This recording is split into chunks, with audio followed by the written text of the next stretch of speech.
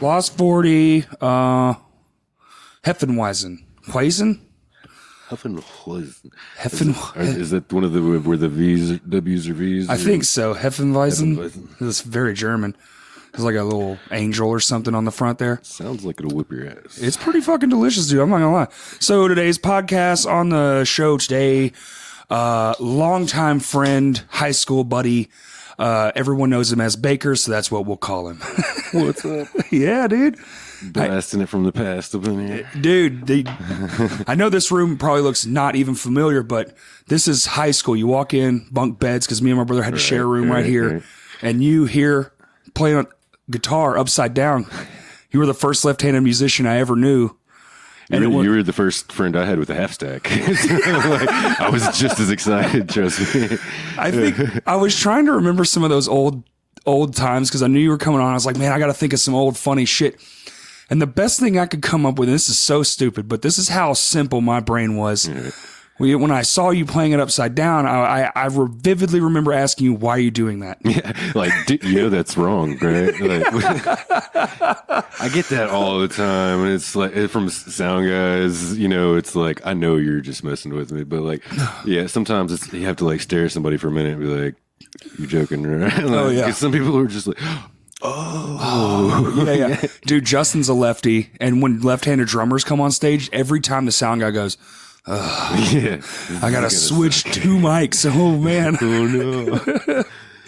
So terrible. I actually was kind of forced to learn left-handed because I'm lazy, and Justin we shift. He plays drums in a band. I play drums in a band. So we would I would just be lazy. I'd be like, I don't want to do. I'll just try it. Play it this way. So I kind of like force myself to be more ambidextrous. Right. I know what it's like a little bit in that world, but man. I'm kind of trying to learn the same thing. I just bought my first drum set a year and a half, maybe 2 years ago, and got a sweet deal, Facebook Marketplace. This lady's college-age kid had pissed her off, so she sold all this stuff really cheap. Hell yeah. 5-piece kit with cymbals and everything for $60. Fuck no, dude. Yeah. What? It wasn't Walmart either. It was like about a $500 kit new dude, kind of thing. Even if it's Walmart, $60. I was what like, the fuck? I was so stoked. And that was the first time I ever actually set a kit up left-handed, and because I'd been curious about, I never really played drums. Right. Except for just sitting behind my drummer's kits every once in a while. Mm-hmm. So it's that Tinkering backwards around. thing. And it's like, I'm just not good at this. I talked to a couple guys who actually set up left-handed, and played like that. And one in particular, I remember I asked him, because I don't really play drums, so it shouldn't matter, right? I'm learning one way or the other. Just do it the easy way. And he said, yeah, there's that. But let me ask you this.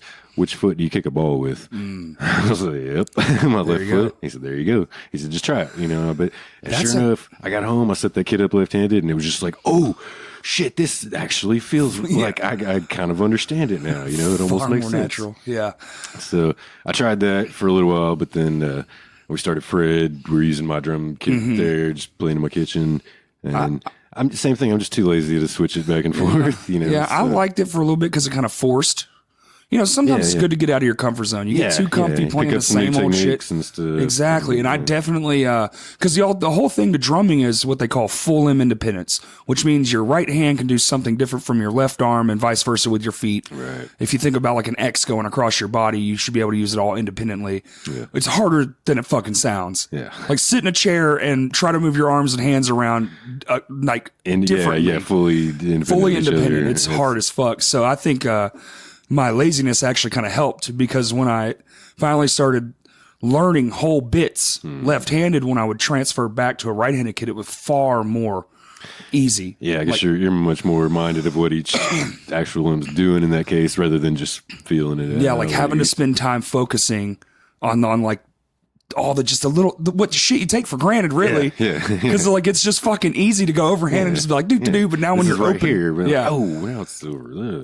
And also, my right foot, I do the kick drum with mostly, but when you're shifting to close the hi-hat and still having to kick and having to use your left foot, I know for you it would be the opposite. Right. Man, total mind fuck. It really is. It really is. And I'm such a beginner, and I always said it, like I'm still kind of in that level of like, this really doesn't matter that much. So, but again, out of laziness, I've just started playing on them right-handed as they are, and I think I had that little breakthrough when I set them up lefty, and it just started clicking just enough that now the other way makes a little bit of sense too, you know. So I'm really gonna try to keep pushing on that. Hopefully, get a stoner doom band going in here to something big, big, slow, stupid, you know, big sludgy, big tom, 16, 18, right? You know, turn a fucking kick drum on its side. Yeah, exactly. I fucking love that shit, dude. I was trying to think of all the other stuff too. So you originally were a guitar player. Yeah. Correct? Yeah, pretty much just that for, you know, quite a long time. Really up until Abandon the Artifice, which I think I started 5 or 6 years ago. 6 now, probably. And that was just a situation. I know you've had Jared Ives on here before. Yes. Anyone that knows Jared Ives, if Jared Ives asks you to be in a band, you say how high, right? I'm in 3 right now. I swear to God, how high do I need to be to play this music? Yes, let's do it right now. Right? Well, I knew of him at the time, but really only as a guitarist. Right. So I was kind of like, oh, really? He's playing drums? That'll be weird. And then I saw a practice video, and of course, Jacob Cantrell, Tie Man, was just getting started with him at the time, too. I was like, oh, yeah, what do you guys need? Bass? Okay, I'm sure I can figure that out. Yeah. And no big deal. Yeah. Which, of course, as soon as you do that, you know, and there's 5 other bands that are like, oh, you play bass. Because if there's ever anything and drums, Arkansas needs more of is drums and bass. More, Dude, at one point I was in 5 bands. Oh, yeah. 4 of them I was drumming in. It gets crazy. Yeah. I had 5 projects myself at one point a few years ago, and you just keep telling yourself, I used to get bored. Yeah. I used to get bored. I used to get bored. And that's the only motivation I could find to keep going is like, I don't want to be bored anymore. You know? Yeah. I haven't been in a long time. But oh, dude, yeah. What is sleep, though? You know, between jobs and a social life, and then you have all these band practices. It's just like, well, at least I'm tired. Yeah. I can go to sleep like fucking that. Yes, knocked out as soon as I'd be lucky to even make it to the bed sometimes, just fall out on the floor. Oh, dude, yeah, last night I think door wide open. I took a nap for the first time in probably 2 years. Woke up still tired as fuck, and I was like, I think I might go back to sleep, and then lo and behold, I got, hey man, you at home? Fuck, man. Here we go again. Here we go again, dude. Up till midnight, working on flooring the next day at 6 o'clock in the morning. Go me. But I've had my son a lot more here with me, and he's 8 now, and he's pushing me. And there's a radio show, so y'all can't see, but my face is banged up all to hell. See that? My knees and hands are all busted. Canis Park whips my ass every time I get that's out all there. skating? And well, I was actually on his bicycle at the time when I ate, but I'm usually worse on a skateboard at this point. So that was the problem. I got on the bicycle, got a little cocky out there. About the 6th jump I took, I just turned the wheel sideways and face planted. And it gets me like that every time and reminds me that I'm 30-something and like, why do I still keep trying to do this? But if you look around at the dudes we went to high school and with and stuff with, they're all bald or like completely gray. They look older than we do. Yeah. There's something about this, you know, music that and staying skating young and stuff shit, like man. that. Yeah. And, you know, and drugs and booze probably help. Well, you know, too, I'm sure. It's Sunday at 2:27, and you know, cheers. Fired up, yes sir. It's good, man. I'm actually going to a show tonight. I think you are too. That Weeping Gate with Carnivore and stuff. Yes, with Eyes Up. Looking very much forward to that. Fuck yeah, dude! I was just in a group chat. I think there's gonna be quite a few people there, man. Good. I hope so. I hope so too. Carnivore came through. Back, I was in Splattered in Traffic at the time. So this is a year and a half ago, maybe 2 years ago. And they're from Boston, I believe. They hit us up for a Little Rock show, and then we kind of looked at their schedule and we're like, oh, y'all are in Oklahoma the night before. Can we jump on that too? You know, so we did a couple nights with them, and really, really cool cats. I think they played at the Parlor with us last time when that was going on. And a couple of them even stayed the night, or I think they all stayed the night there. A couple of them got tattooed and everything. So Parlor's shit. Really, really awesome cats. Yeah, I hope we can get some more shows going there. Yeah, that would be great. I remember, you know, back in high school, that was like one of the spots Oh yeah, Going back to the on parlor University. when it was when it was there, they had that back room that like 4-foot stage would barely fit a drummer on. Man, those are good times, dude. Apparently, I missed more of those good shows than I saw, but I do remember a couple in that back room. And, yeah, man, I was kind of slow getting into the scene. If I had the guitar from an early age, but I think I was really 21 before I finally got a band together that played on stage or anything. You guys played. You played one of my outdoor concerts, didn't you? Oh, one of the Rock Stocks. I was trying to remember if you had or not. No, actually, I don't think so. We did. I did a couple like house party type things back in those days and stuff. What was that band's name? My first one, which we were probably putting together at that time, roughly, what is Bloodletting Device? That's it, Bloodletting Device. That's the one. It trips me out to think that that's my first band because it evolved so much and went through these different eras and with some downtime in between even. And yeah, I don't know. I was just kind of like say the late bloomer, and I had guitar in my hand. Same way with skateboarding too. I remember skating when I was younger, and I've been at it 5 or 6 years, and I'm okay. But then all of a sudden, these other kids come along and pick it up for 6 months, and they're just smoking me. What a fucking. That's how I felt about all the musicians around me too. It's just like, God, what did I miss? Something. But yeah, so kind of got a slower start, dipping my feet in, playing shows and stuff, which. At the time, I think I was like, "Oh, I'm glad I, didn't do such embarrassing stuff in front of all these people." I'm glad this wasn't like my first jam band. You got good first. We actually did my, I guess you could say my first thing ever was Abnormal, and of course, normal spelled like National Organization for Reform of Marijuana Law, right? We were doing Metallica covers and a couple originals, like garage band stuff. Yeah, songs called "Fuck It" and things like that. You know what I mean? The only thing I was actually proud of that one was one called "Domestic Intox," which was about drinking American beer. We thought I thought we were pretty hip at the time. Hell yeah! But wordplay has always been fun. That's the only reason I even like writing lyrics is just to confuse the hell out of people. If I can make somebody think, but like, what the hell is he talking about? Maybe go pick up a book to check it out. Right. Hey, kind of like, Bob Dylan of you. Yeah. Like, what the fuck did he just say? Right. I got to read this 9 times just to be like, what? Exactly. And it still doesn't make sense, but that's the beauty of, make your own.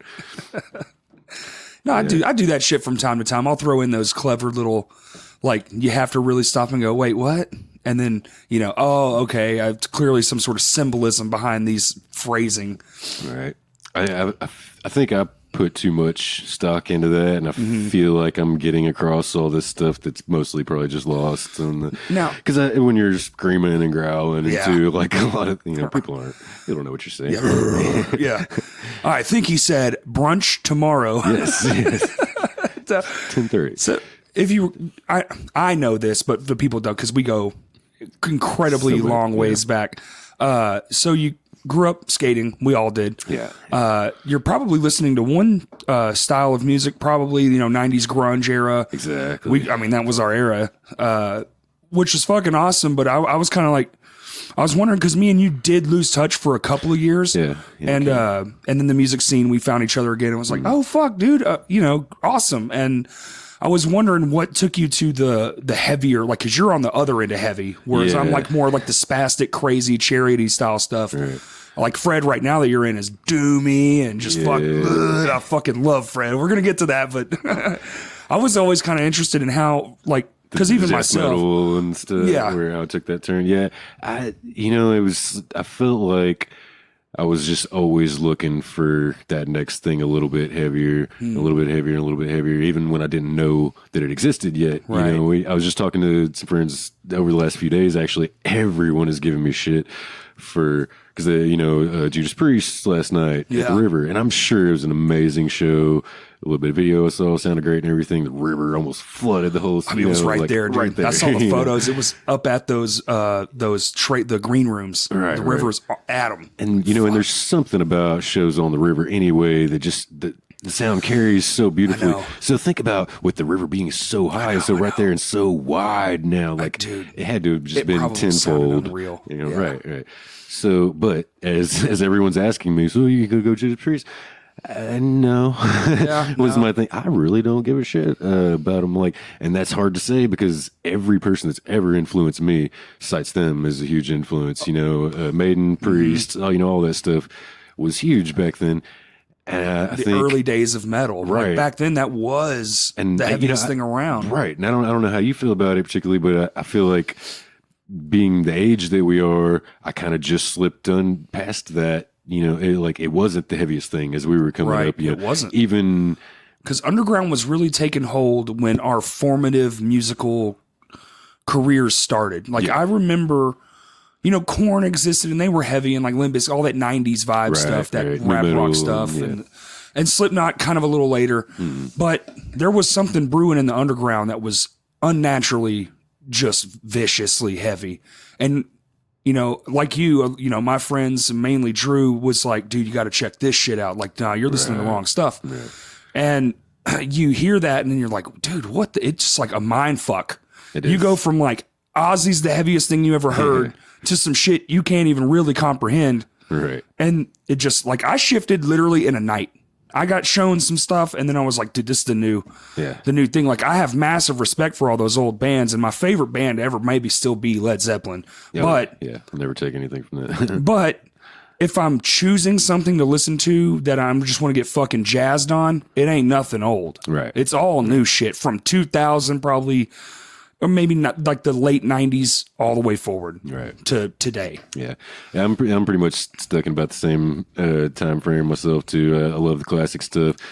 Was raised up, you know, more classic rock and everything. Sabbath was the heaviest thing my dad really turned me on to, you know, and even took me to see him back in 99 or something, you know, so, as well as Page and Plant and Clapton. And so, you know, you went to that Page and Plant parents thing? raised me up right, you know, to like set me on the path.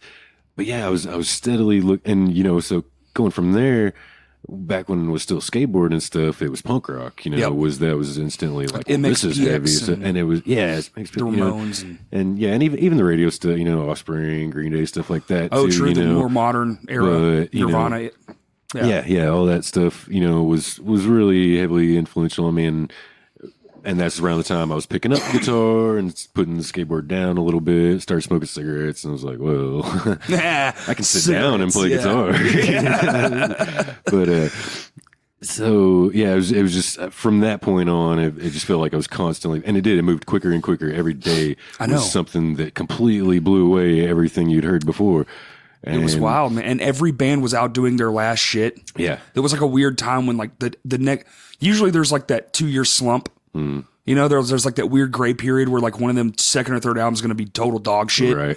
But these bands were just grinding and touring unbelievable and playing just shitholes, you know, across America. Yeah. Playing as many shows as Metallica, but, you know, just under the radar for 40, most 50 people a night, little shithole bars and stuff. And those shows are always so special too. It's great when, you know, you kind of hate it for the band when it's a smaller turnout or whatever, you know, but there's something about those intimate experiences like that, you know, too. And especially when the band's capable of still going out there full energy and doing their show like there's a billion people there, you know. Well, they know it's not the fans' fault. They came. Yeah. It's like, well, something happened, but these people are here, so let's give it our fucking all anyway, because they still paid to be here. And you know, and hopefully they're going to go tell their friends and bring more back next time with them and stuff. Right. So, yeah, that stuff's always worth it. I remember just pushing through death metal. I had a couple guys kind of, you know, help me, hey, check out this, you know.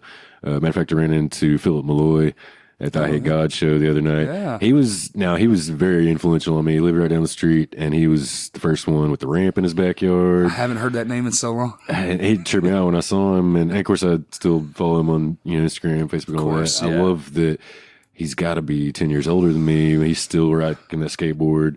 He's still, you know, he's not going too crazy. Smaller ramps and curbs and stuff, you know, but he's still doing the thing. More street skating. We had a blast talking about this moment. I remember very clearly in his basement when Antichrist Superstar came out, and he put on reflecting God and just moshing around his little basement room, breaking everything in there, you know, and going ape shit. I was just like, yeah, I think I'm going to do that. Yeah. I think that's kind of thing I want.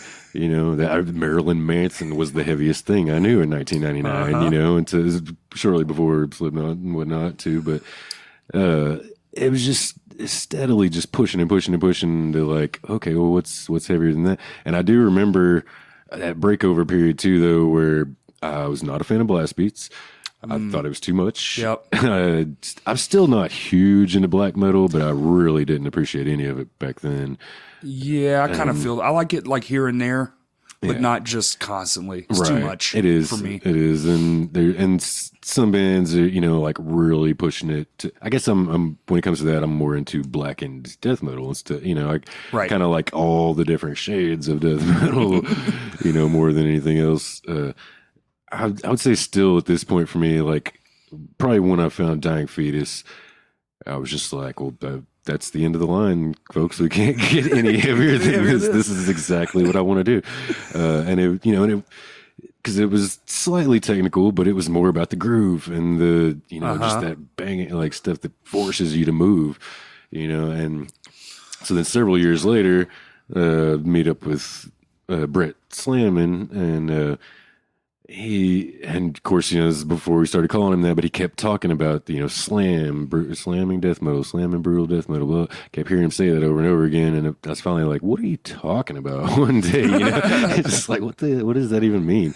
And he played, I don't know, maybe some Pathology or something like that for me, and a couple other things. And that's when it kind of, I was like, oh, you mean that stuff that Dying Fetus has been doing since the late 80s? Okay, we're calling it slam now. That's fine. And that became the ultimate for me. And it's still pretty, you know, like I've burnt myself out on it. There's so many bands churning out the same riff over and over now at this point that I'm not really actively searching new bands doing it or anything. That's probably just some age too, because I've got like the 10, you know? Yeah. Just heavy rotation, the same 10. It's just like, My brain's only so big. I'm going to start losing facts every time I add more, you know. We're to the age now where our parents were when you're like, why don't you listen to more stuff, man? Like, there's a whole bunch out there, and you're just like, okay, little bastard. When you've heard 1,000, you pick the 4 that were good at it, and you just stick with that shit. Right. I almost feel like I kind of peaked out, you know, Brett showed me something years ago. He was calling AntiMusic, and I was just like, nope, stop, go back, we're done. Like I'm stop, you know, just like, and it was noise. Noise. I guess like gore noise is probably what a lot of those things would be, you know, linked in or now. But yeah, just stupid, just over the top, no sense of, you know, any kind of melody or timing or riff or anything ever, you know, just blah, chaos noise.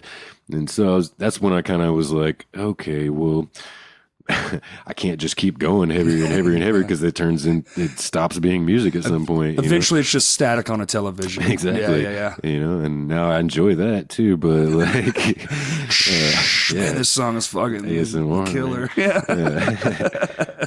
And I guess that's when I've kind of started backpedaling some, and now I'm in this weird place. I feel like polar extremes. I listen to, you know, extremely brutal slamming death metal, or like poppy singer songwriter stuff, folk. You know, a lot of piano and, you know, accompanied. You did the acoustic stuff there for a while. Are you still doing that? I haven't officially stopped, but yeah, I've just kind of slowed down with it. That was kind of always more by chance than ever something I really meant to do, but it was fun. It took over. I remember I enjoyed it. We did a couple of benefits downtown years ago. How I got started up. Lefty I think I was still in knee deep at the time, or freshly out of it. Maybe I saw Lefty was playing acoustic, and I had just recently got one. I think I was even borrowing the same guitar that was given to me later. I'm playing on now, from Buddy Richie. I was just doing a few covers and things, but I was like, well, hell, that'll be fun. You know, I can go. Yeah. I don't have any money to help. It was Brandon Clendenin. Did you know him? Played drums for a couple bands. I think he was Cersei area. But he had cancer, no insurance. It's like, hey, like this is something I can do to help, you know. And then a month after that, it was a benefit for Downtown Music when Sam was having a little trouble. And I think it was even one more about the fourth time I ever got on stage with acoustic, and I got like $30 handed to me at the end of the night, and it was all mine. Hey, I was just like, whoa, this might be fun. Gas a pack of smokes and a tall boy. Well, yeah, at least close part of my bar tab, for that kind of balance out things a little bit.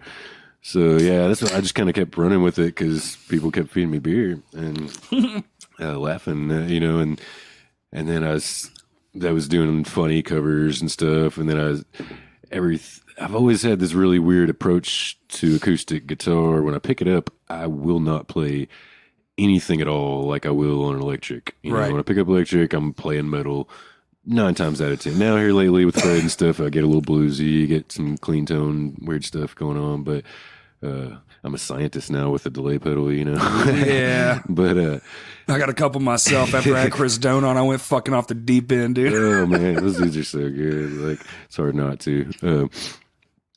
But yeah, for the most part, when I pick up electric, it's some form of metal, and then when I pick up acoustic, it's just always been big, open chords. More.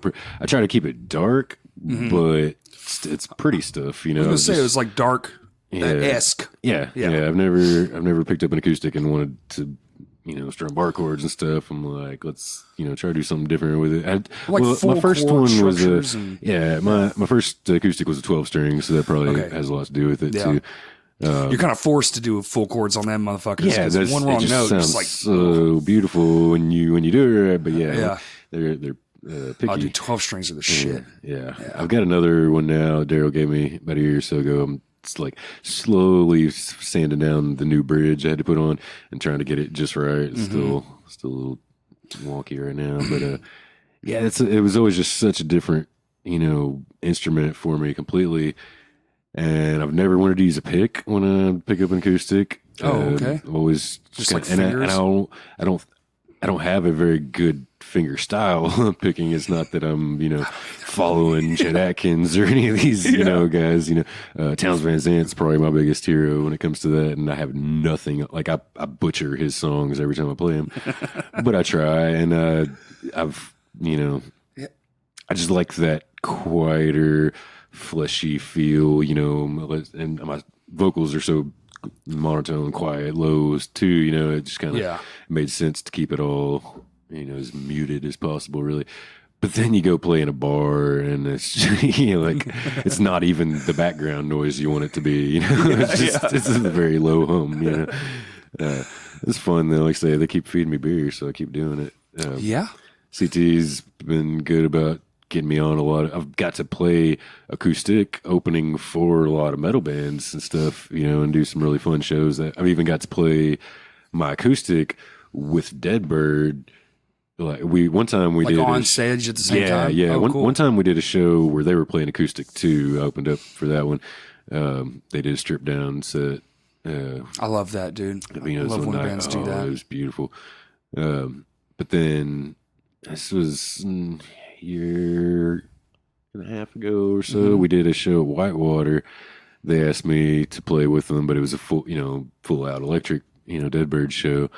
I didn't really understand what was happening at the time. I went to one practice with them, and they kind of, ran through what was going to happen, but I thought we were all just drunk and joking around. Yeah. And,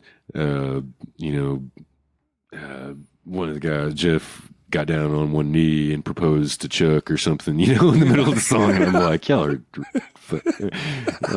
I got here late. I'm obviously not as drunk as everyone else. What's going on? Little did I know, we played the show a couple days later. And at that point in the song, the crowd kind of splits, and this guy drops down on his knee and proposed to a girl in the audience. Like we were doing that for them. Oh shit! Because it was their favorite song. We were doing a Leonard Skinner, "I Need You." I'd been covering that acoustic for a while anyway, so that they asked me to do it with them. And my acoustic was just kind of more for my comfort. I was just doing vocals, really. Oh, okay, right. But yeah, that was one of the cool. I wish I could find a picture of myself from that moment because I'm sure I was jaw on the floor, just like, oh wow, somebody's actually getting married right now. And in the back of him too, I'm kind of like, just say no, just so this will be like really awkward. Stop playing the song and everything. I don't know. I've had to do some great moments like that. CT's put me on with Crankbait and Apothecary and Morning Cloak. I think that was the first like metal show I got to play, opening up acoustic, and I actually brought out my distortion pedal that time. Oh, really? And a loop station and everything, and did a Pentagram song, you know. On acoustic, huh? That's badass, man. So, yeah, I always try to kind of tailor it to the show and play, which usually means some darker, heavier stuff, you know, whatever. But true. At this point, I've been writing enough that I'm kind of getting away from most of those covers I've done, and I've got a couple that are pretty much in the same style as what I'm playing, you know, lesser known songs anyway too. And yeah, I really need to go record another album of that. I've got 8 or 9 songs I've been sitting on. Really? That I'm just like a whole acoustic album, huh? Yeah. I did one several years ago, put out 6 songs, and I was kind of looking at doing another 6-track one, and then saving a couple of these left over. Try to record everything, but maybe do like a 7-inch LP or you know, a little small cassette single or something like that too. That stuff's coming back. I think it's just my mind. I think it's just people want something to hold on to, man. And it when is I just tangible thing, you know. I just read the other day, like 2 days ago, iTunes is done. Really? They're just it's going away. Wow. So now it's all streaming. Yeah. There's no more marketplace to just buy the fucking song. So it's like physical media is all we're gonna have left at this point. Maybe Bandcamp, because you can set a price kind of iTunes style, but right. Jesus, dude. It makes sense though. You know, you can only push forward so far until you kind of have to start over or push back or however you want to sit. You know, like that's the rebellion. You know, against all that is dude. Records have outsold CDs for 2 years straight. Freaking wax. You know, like it's there's definitely that. What I always loved about I've always. Like I said, I've been digging a lot of folk and stuff like that over the last few years. So my record collection is really crazy all over the place. You know, but, vast. Yeah, and because all these brutal death metal bands are putting out records too, so I'm going to keep buying them. And those are not best suited for vinyl a lot of times, but a lot of this folk stuff, you know, the cracks and pops add to it. Yeah. You know, it feels like you're sitting around the campfire listening to your buddy's jam. You know. Oh yeah. And so I do. While I like that. I'm not one of those purists that's like, oh, it sounds better, you know. Like, no, you know, the digital versions always come across way clearer and everything. But I always thought it was really cool looking at my mom's records when I was younger, and just the huge format artwork, you know, if nothing else, like the tiny little details that you can come across on an LP, and you try to put it on a CD cover, and, it's just lost, you know, and.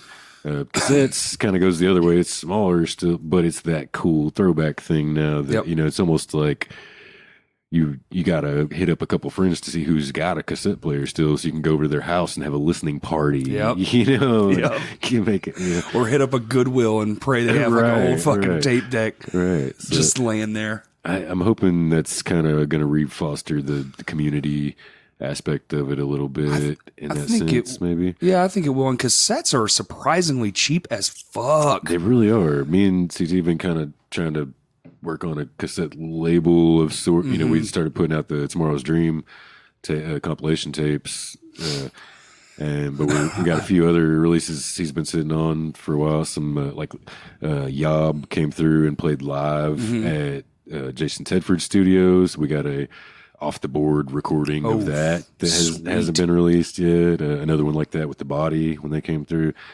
And a few other big things, you know, that we're sitting on, some old Wake re-releases and stuff like that. So that's tight. We're trying to really kind of get that ball rolling again and find the right company that can, you know, do everything. Another super thing cheap, but that might be cool for that, man. I came across, because, you know, when you're in a band, you're always trying to find fucked up ways to do marketing, because it's like, well, That's been done a million times. Right. What's something stupid like lighters or, a fucking pog? Can I get some pog still, Yes. like Slammers. God, why didn't I think of that? Can I get a lame Johnny Pog? Yeah, brother. Here's $2. Yeah. And in my quest for ridiculous shit to market on, I found this. It's apparently these were popular for singles in like I think it was the 80s maybe. I could be mistaken on the era. But it's a square piece of plastic and it's sold as itself, and you rip the tab off the top. And inside that square is a etched song, just like a vinyl. And you set that square on top of a 45 and it'll actually read inside that thing. It'll spin it around. Just a little thin layer that sits, so you set it on top of any other 45. Yeah. And it won't read, and it'll read on top of it. And so I was like, dude, and they're nothing. Yeah. But they're awesome at the same fucking time. You stick it back to like I mean, is it some kind of something you can protect? There's a sleeve. There's like a plastic sleeve, yeah. Okay. And then you can you tear the top off. This is what I was watching on the YouTube or whatever when I found it. You tear the top off and little things in there, and you set it on top of a record, and you can put like 4 songs on each side. Nice. This fucking, I was like, this is it. Yep. This is what I'm going to do. Yeah. So whenever the fucking record's done, this is how it's going to come out. One, it's going to sound like shit if it's on vinyl or whatever, because it's not, heavy music doesn't really make the jump. Same way, Classic rock did, but they wrote classic rock because how they listened to music was fundamentally different. So they kind of knew that going in. Mm-hmm. But when shit got heavy and computers took over, it's like, we can do fucking everything, Yeah. You want 400 guitar tracks? We'll put them on there. Yeah, done. Noise core. But that's a cool one to look into too. Just for shits and giggles. I mean, it's unique. I've never fucking seen one, and apparently they were big. I mean, I guess they all went the way of the dinosaur, but there's still companies out there pressing them for almost nothing, man. That's awesome.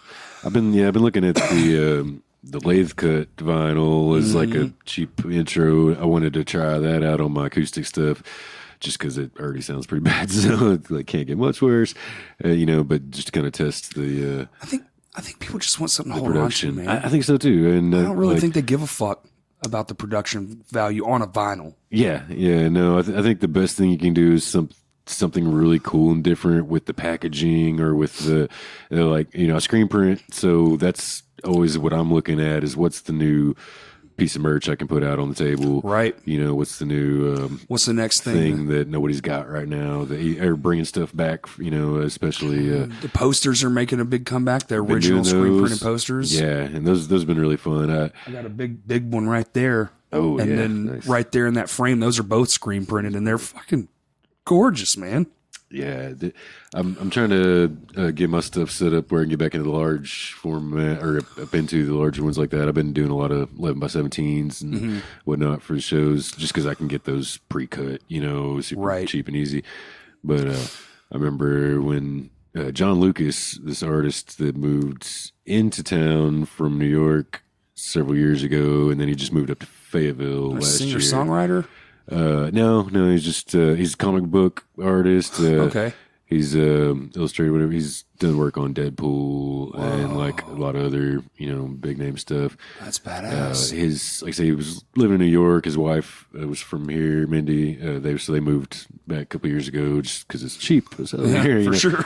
But real quickly got introduced in the music scene. We got hooked up, and he started drawing me artwork for some posters, which was great because as a comic book art, I didn't realize it beforehand, but his style of art was exactly what I needed for my artwork to translate onto t-shirts and posters and whatever else. Usually when I work with somebody that's creating things in Photoshop or whatever, and then they send me a JPEG and I'm like, well, that's crap. Yeah. It looks good. I can't do anything with it though. Want this to be 2 feet tall. I need, And I just, in layers too and everything, it's like, if you at least send me the Photoshop file that you created from so I can go in and get what I need out of it. This guy would send me, of course, he's all doing it by hand on a light table and everything, but he would send me layers with crop marks and all individually broke up and everything because it was already how he did his art. He was just used to that. Right. Worked out great. He did all the artwork for Fred and which is we're gonna get there. I'm so excited. Thank you. Yeah, no, he really helped me out with that one because it was such a a concept joke band in the first place, you know, that like it really needed that to sell it, you know, to seal the deal.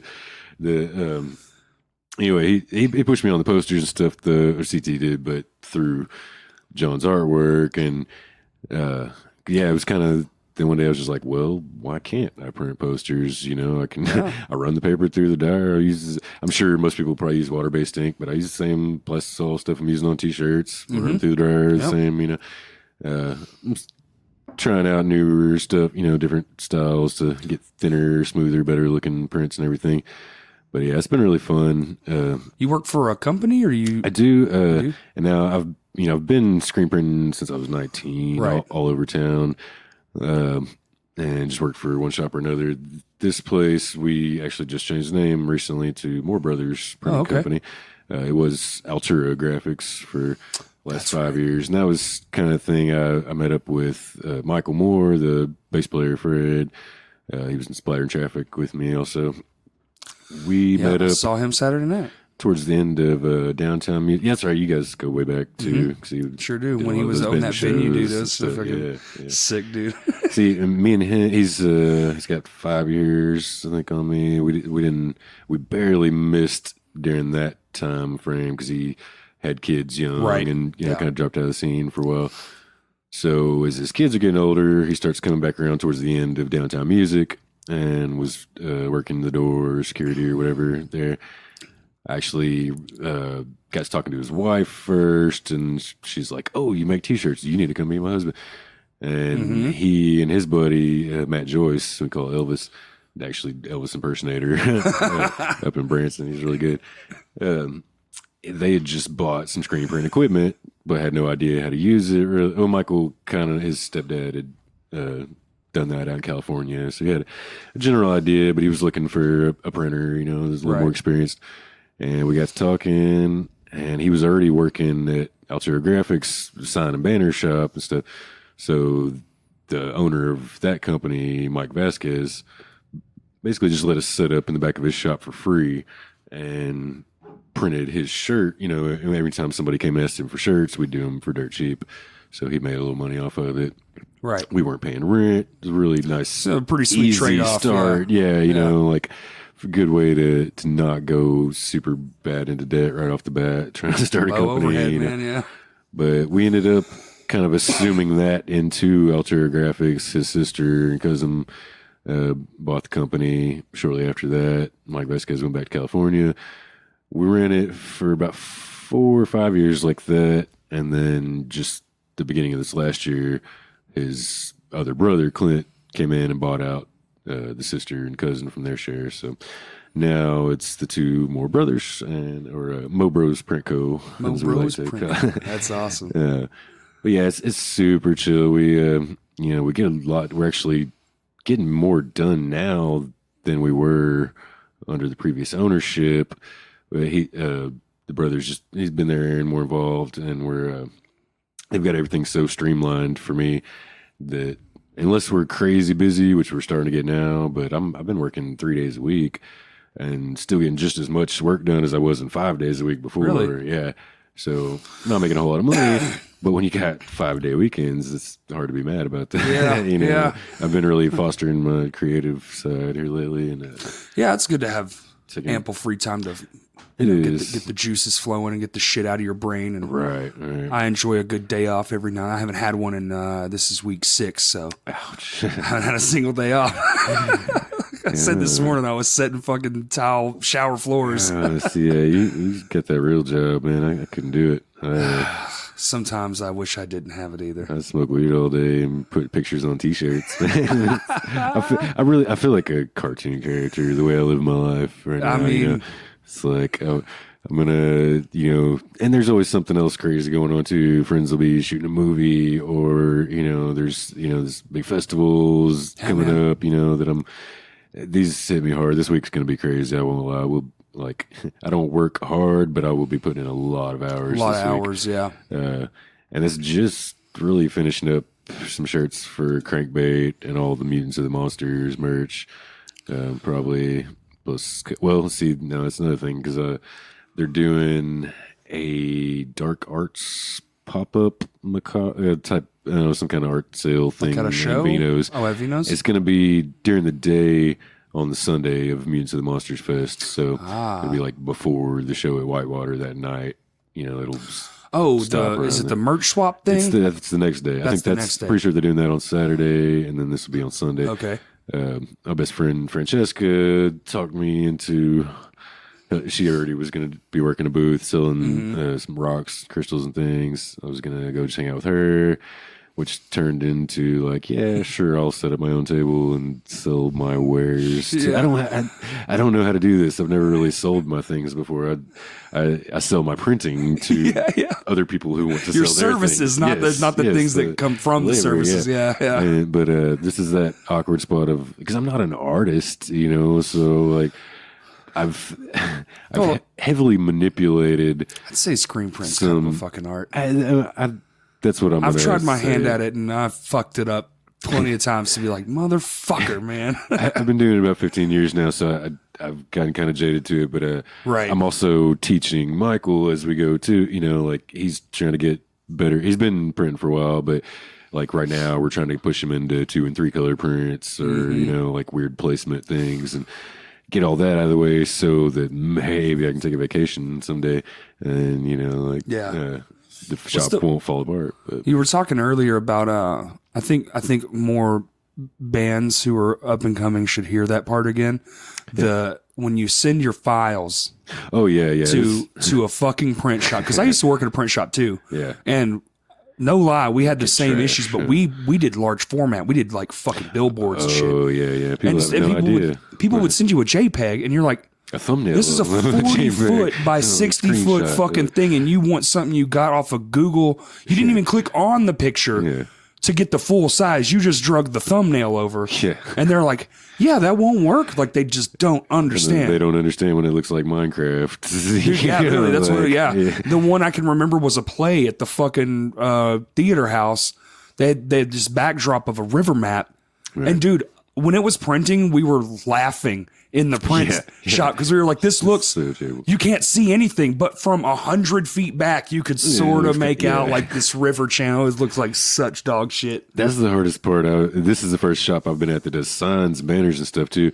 So, about 5 years ago, I started getting into that a little bit and realizing that, wow, this looks so bad right here in front of me.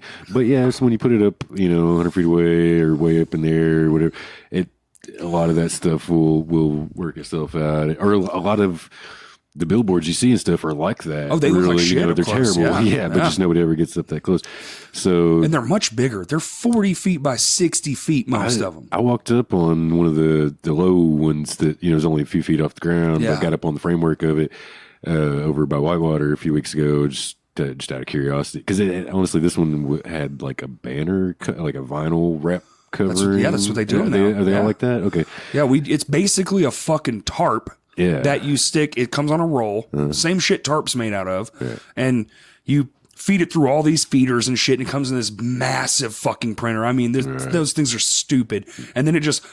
one little line at a time, literally an inch wide. Oh yeah. Woo, woo, woo, woo, woo, woo, woo. For 60 feet, it comes all the way back. Woo, woo, woo, woo, woo. Dude, it's and you're listening to that fucking thing. What do the ink cartridges look like on that thing? Right? What do the ink cartridges look like on that thing? Probably like a lot of them we use the UV, so light cured. So it has a light on each end of the head. So as it's passing by both sides, it's drying at the same time. Smart. I'm mainly, used to the T-shirt thing, which is it's hit and miss. I mean, there's some customers that think everything is beautiful and great and amazing. Some people are just never going to be happy no matter what you do. That's every industry. Yeah. And then with T-shirts, it's especially if it's bands, it might be up on the wall 10 feet away in some situations, where you're behind the merch table, guy, right? And in a kind of dark club, and, and it looks great on first glance. And a lot of people that buy those shirts from bands, that's the only time they ever look at it. They kind of glance in their drawer from then on to know what shirt they're putting on. But most people aren't looking nearly as close as I am. So I know I'm overly anal about it, and I want them all to be exactly perfect. And it just...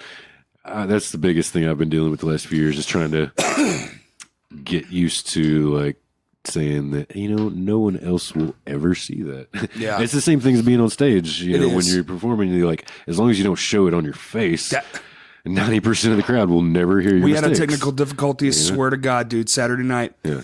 Every single person was like, we would have never known if you would have just shut the fuck up. Mm-hmm. Yeah, but when you say it, or even just wince, and show that little look on your face or anything, people are like, "Oh yeah, he must." Dude, when you get into printing too, dude, you start to look at stuff. They call it blowout. Yeah, it's like all the little dots and shit. Like even this notebook, it's just like, I can see some mistakes. Like it's an imperfect art, really, unless it's just the most flawless print heads and like your screen when you're screen printing, all the other shit is out and the screen is nice and tight and just a perfect pull on the ink and like there's so many variables. It really is, and then, it's pretty nerdy, really. Thinking about it. I used to get like really, because sometimes material or time or whatever is limited, or the artwork is just it is what it is, and it comes down to it, and hey, you need this today, so this is what I have for you. And you start immediately apologizing for the quality of it. And they're like, dude, that looks fantastic. What are you talking about? And you're like, man, I should have shut up. Shut up. Because now you're looking at it closer. Now you're like, oh, well, yes. And people are usually still pretty cool. The thing I keep coming back to, I think it was John Lucas, actually, the artist, that told me the first time or two he sent me some stuff. And he wasn't quite sure that he had it sized exactly right, if the overlap was going to mess me up, this, that, whatever. But as he was, self-criticizing all that stuff and saying, I'm sure you'll do fine with it, I think he said, I'm told something to the effect of like, there might be some mistakes here or there, but I'm told that's part of the charm of screen printing. I was like, ooh, I'm going to use that. Thank you, sir. every fingerprint now on one of my posters or smudge or like a bad spot on the screen. Sweat drops down. Yeah, there's some blood mixed in that. It would tore the edge off of this. Your shirt's got a hole in it. It's the charm. You ever had any wild shit like that, dude? Somebody brings you like a vial of blood, like, I want some of this in every poster. Will somebody please do that? No, yes, dude, I need more weird stuff like that. I'd fucking do it. I have and I was thinking about that because I've had a lot of friends die over the last couple of years. Some of them have some ashes from, and I have my dad. Even I still have his ashes. That I've wanted to mix in with some tattoo ink, and I've got one or two artists who are cool with it and say that it's, in the black and just a very little bit, because it's more of a symbolic thing, than anything. They got the place now that's mixing ashes into vinyl records, put in the clear vinyl for Frisbees. I saw a guy got pressed into Frisbees. There's so much cool stuff you can do with cremains, and Valid Blood would be even better if I could. It would have to be something like where it's like a small highlight in the print. Maybe, this one little part is red or something. But I don't even know if I'd probably have to print a white base first. One blood teardrop off of a face of something, and it's real blood, dude. Could you imagine? You could sell those shirts for $50 a pop, easy. Even if it was fucking human DNA in there, bro. It's a time capsule for when the Martians take over. Right. They can remake humanity. Oh, good Lord. I started thinking about that the other day. Like, can you imagine the crap? If I'm hoping if and when Mother Nature takes it back very soon, because it's got to be coming, we're reaching a tipping point. Well, if the Arkansas River right now is any indicator, it just swells up and sucks us all down.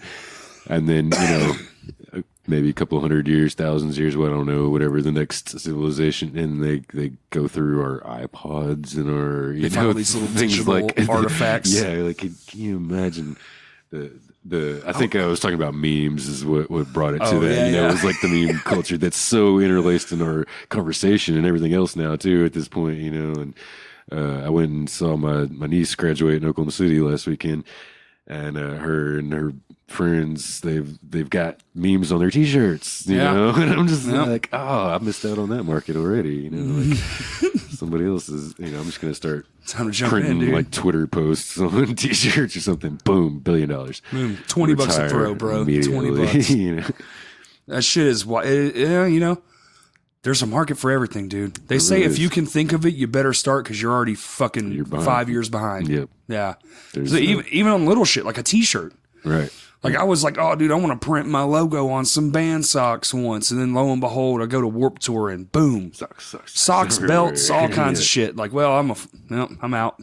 Yeah. No more socks. It'd still be cool. It is. Somebody brought up to me recently, wanted to do some like lighters, which I've tried lighters before. I'm having mixed results. I'm still working on that. But matchbooks. So I was like, whoa, now that's doable. easy, cardboard, cheap. Yeah. I mean, I was like, I'm sure I can get 1 billion of them for $4. Amazon. Yeah. Right. And so I did immediately, and now I'm working on those. But yeah, just any of that, the tiniest little fucking little stupid things that and even if it's to that point where you're just, as a band, you pretty much have to give it away. As long as you didn't spend that much on it, you need those things. Exactly. Buttons, pins, stickers. Dude, sometimes we'll sell them if that's all we got and we just need the fucking money. But a lot of times, dude, if it's a buy anything of value, here, take a bag of this shit. Yeah. Give one to your friends too. Or do some sticker slaps outside of a venue, just just on random flagpoles and shit. It's whatever. Right. Yeah, that's been my goal here lately. Is how can we do everything it has to be a certain level of awesome if I'm going to put my name on it, but it needs to be a certain level of cheap for bands to afford it. Yeah. And you say, especially when you look at stuff that we're giving away a lot of times too. That's a pretty hard order, man. It's really is. Like shit. I don't know. It is, because a lot of times, a lot of people don't realize what goes into the setup of screen printing. The actual act of printing itself is nothing. I usually do that in a few minutes, but burning the screens, cleaning the screens to get them, that burning the screen right shit. One, especially when you got really fine line artwork or halftones or stuff like that. I'm doing a lot. The Deadbird, the last 2 shirts I printed for them have been full color album artwork stuff. Shit. And I've only got 6 colors on my press, so that means I have to do everything in halftones and blend the colors together to make all these other, and it's like, when you start doing stuff like that, I don't know what it's going to look like until I get that first shirt. I'm burning 6 screens, taping them all off. I might spend 2-3 hours, and that's not counting. You got to try each run. What Michael did with me on the artwork beforehand, it's just getting the whole job set up in the first place, just to get one good looking shirt. Now, once I get it set up, I might just be, depending on how big the run is, it might just be a couple of hours at most or something. Because then it's just squeegeeing ink through a thing. Yeah. Push them through, send them on the dryer. I got the dry, conveyor dryer like Quiznos, That shit's so awesome, dude. We cook food in ours when I was doing it. I reheat my lunch all the time. And plus, it's nice in the winter, keeps it crispy in there. We just got our ductwork fixed where the vent of it is blowing up out through the ceiling now, so summer is not. Is it the same like big giant blue fucking like most of the ones I've seen are like these? Basically, this one's like an old. I drove up to Russellville a few years ago and got this one for dirt cheap off some print shop up there that upgraded. So it's good brands, national equipment dryer, but it's old. It probably was blue at one point. Baked all the fucking paint off. Yeah, it's just steel now. The thing's a trooper. We had a better one we got in another deal as far as like it was newer and a few more features on it or whatever. But this one that I've already had came with like an extra motor for the belt, 2 extra heating elements and stuff. So even the stuff that's gonna break on it, I've had it for almost 5 years now, and even the stuff that's gonna break, eventually I've got replacement parts already for. Dope. So I've been really happy with that. Finally, like I said, it's about 5 years into this company, and we're finally really getting everything down to a good streamlined form and getting where Michael can help me out. Because we started out as working at a sign and banner shop, right? And which was cool because T-shirts have always been that seasonal kind of thing, like everything else. You bang out during the summer, the winters are slow. But we had the signs and the banners and stuff, kind of kept that steadier through. So I could go back and forth, or just do artwork or whatever. Like home builders and shit, getting their yard signs made. And that kind of kept us a lot more, even. But here lately, it's been T-shirt. Like that's our 90% of our business probably at this point is T-shirts, and even for all businesses and stuff. And I love that enough bands, around here at this point know me or say my name or whatever, to where like I don't have to advertise myself anymore or anything. Usually, I stay pretty busy and just, kind of manage to get everybody taken care of and try to keep it cheap so we can all make a little gas money at least, There you go. Hey, actually, I was supposed to tell you, I talked to my dad earlier. He wants your company's card. He's got to get shirts made for his business too. So drop your one right now before I forget. Before I forget, because Lord knows. If you look at your driveway, I've got a big white van it's still got the logo and stuff from our old the Altair graphic stuff on it. I need to strip that off and redo it.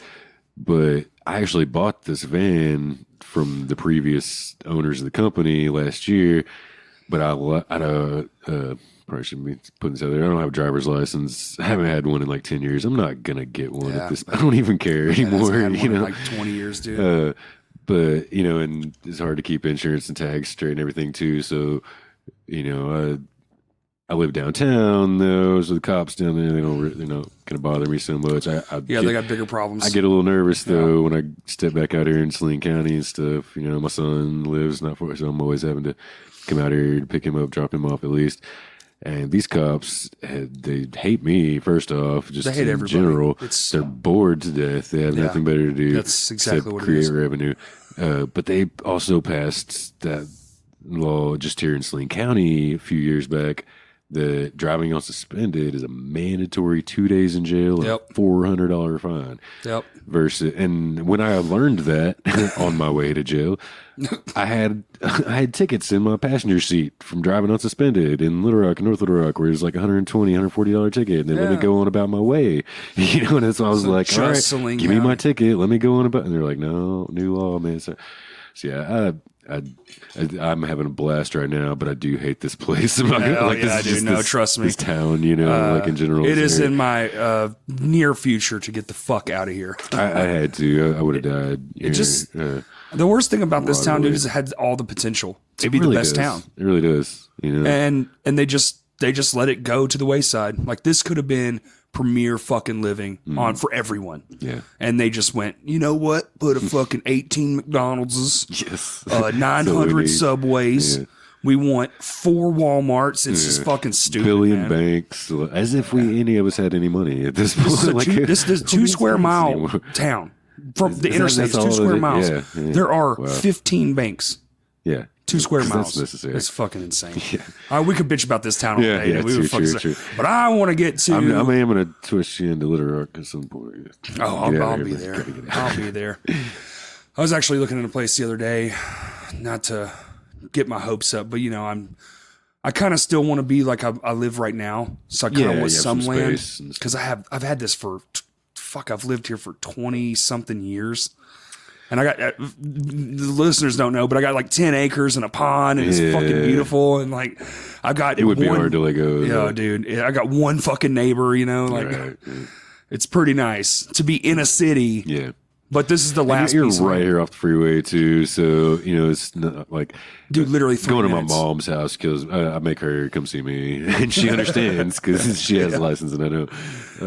But yeah, it's, yeah.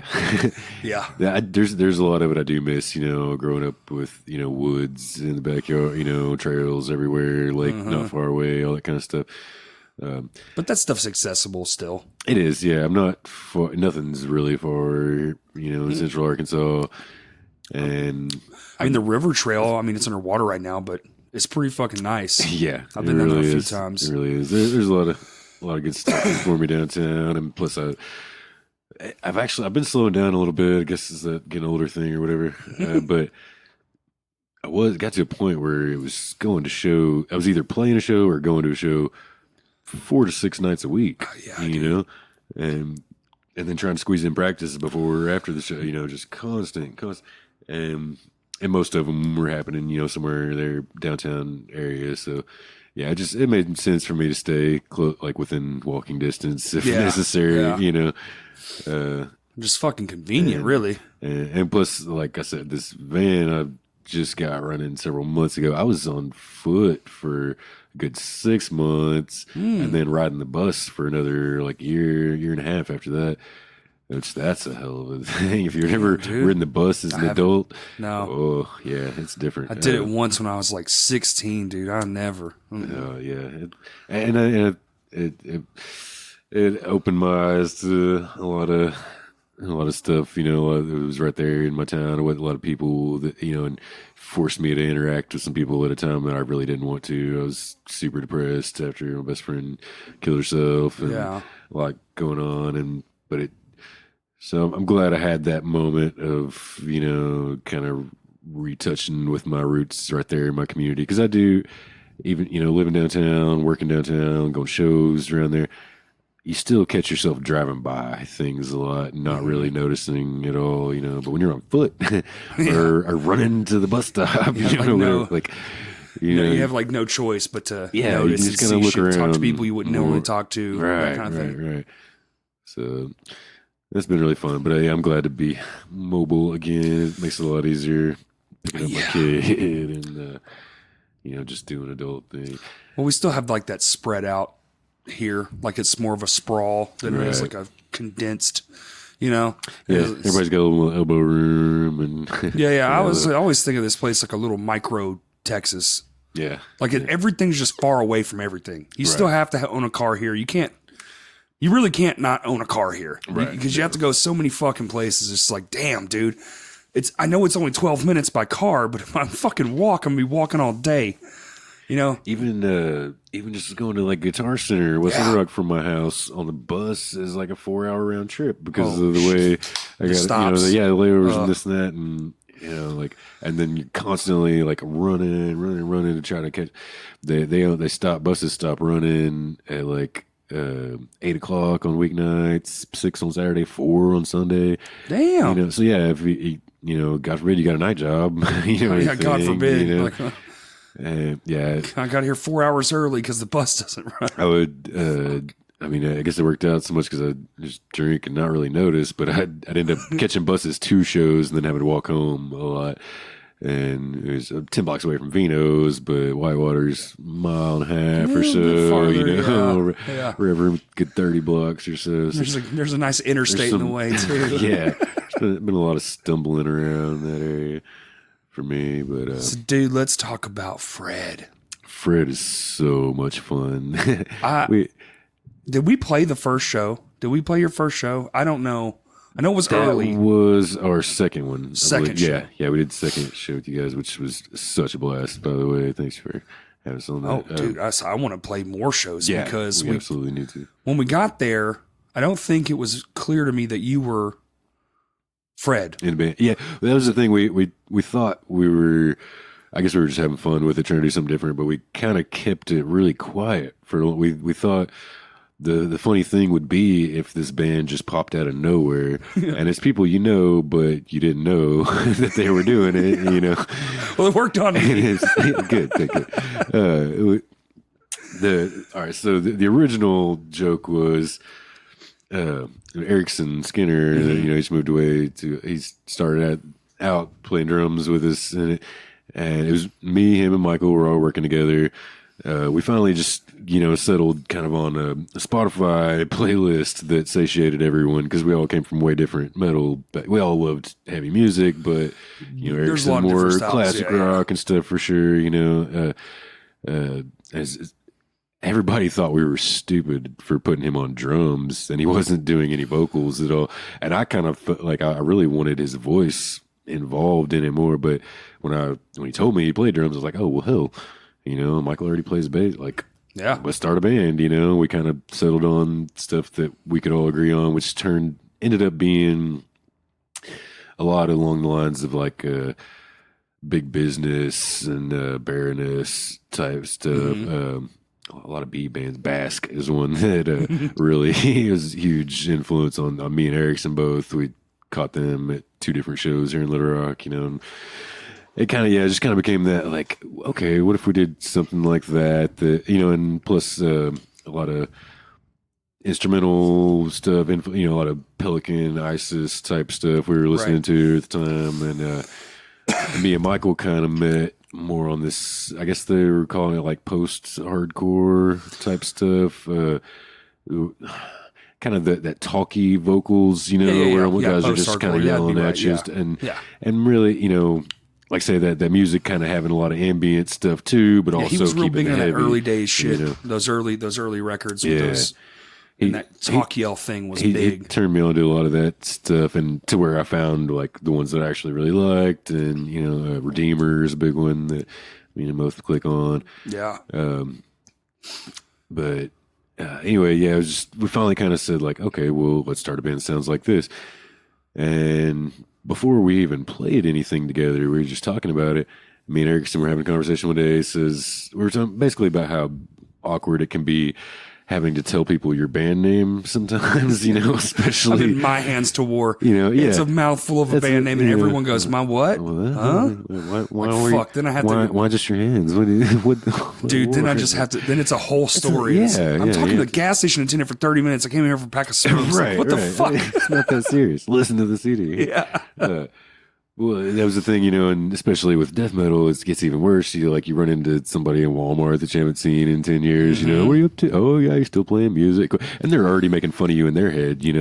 Sometimes I think it's genuine, but sometimes I feel like I get that. There's jealousy too. It's mixed. Even when they think they're doing better than you because they've got their family and white picket fence and all that. Right. And the 401ks or whatever. I don't know how that stuff works, but.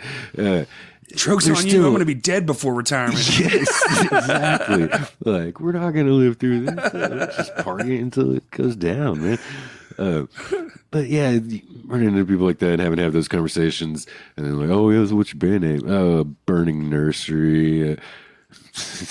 Burning Nursery. Like plant, no children, babies in particular, little small babies, or like a slut bucket. Playing slut bucket. I play splattered in traffic. It's all these horrible things that you have to say to very normal people who aren't ready for it. Yeah. So sometimes we just got to making up dumb name, to try to, like acid cunt. Oh yeah. Yeah, that's your band name, huh? Yeah. So this one was kind of Erickson he's like, dude, what if your band name was like just somebody's name? I forget what he said, like Mark or Robert or something, just very basic. Oh yeah, I play Mark. Right? Someone fucking steal that. We both just died laughing at the thought of this, like what it was. And I was like, okay, let's go one further. I don't want to name the band Martin, but let's say we name the band Martin. First album, Lawrence. Okay, second album, Short. Famous Martins. You just go down the line, with famous whatevers, and mainly just so that on the spine of the CD that we're very rarely going to actually release, but like just so that on the spine there it just says, Martin Lawrence, Martin Short, whatever, going down that line. And we ran through a couple other names, and we decided we wanted something that was kind of outdated, starting to say, right. You probably don't know too many Freds left at this point. They're usually kind of older guys. If you do, their kids have no idea. Yeah. Right. And but it's not that level. It's not something that's totally, it's not done 100 yet. years ago. Yeah, like people like Felix the Cat, very much recognizable. Yeah. But it also kind of stands out. It's not.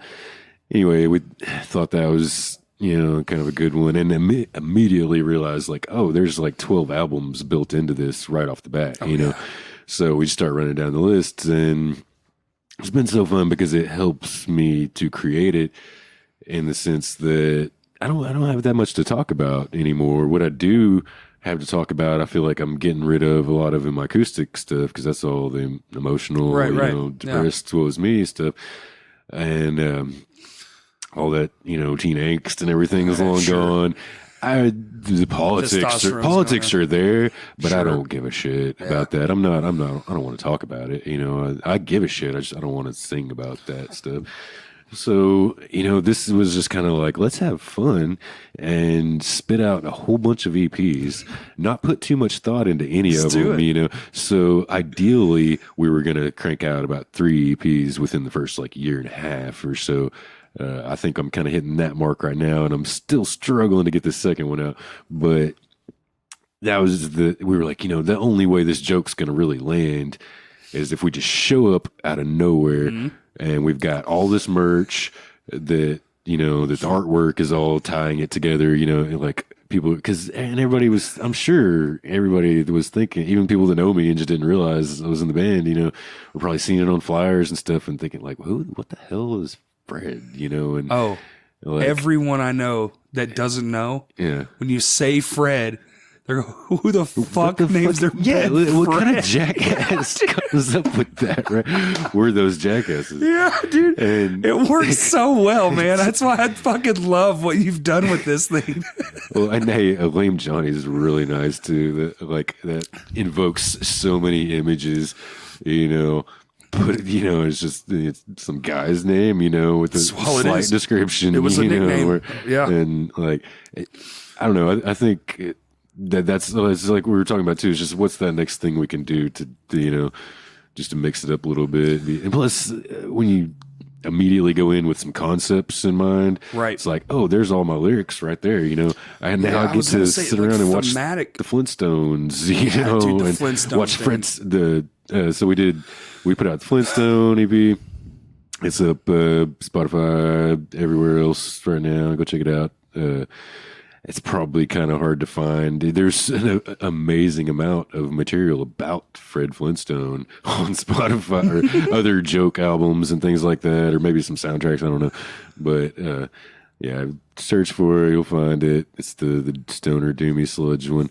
I think like on Facebook and stuff, if you search Yabba Dabba Doom with an M. That's right, yeah. And we put that on the back of one of our T-shirts. That was another one of John Lucas's idea. I'm telling you, I gave him the general concept for one the one logo that he did. I was like, we had this idea for like imagine like a Stegosaurus, you know, and a woolly mammoth, you know, had a love child. And his name was Fred. We want that to be our logo. And he fucking nailed it. This thing has scales and, you know, with the tusks and everything, you know, and it was so cool. Brilliant. And then he was like, oh, yeah, I had some other ideas. Boom, boom, boom. And gave me the Fred head, you know, with all evil looking. With the fucking cap from the lodge. He's got the cap. The Grand Poobah. Which we ended up writing a song about that. I think after we saw that art, we were like, oh, that's got to be one of the songs now. Yeah, I don't know. This band has just fed itself constantly. You know, everything else I've done up until just a few years ago when I got in so many bands at once. Right. Everything else, anytime I had one band, I felt like it was my baby.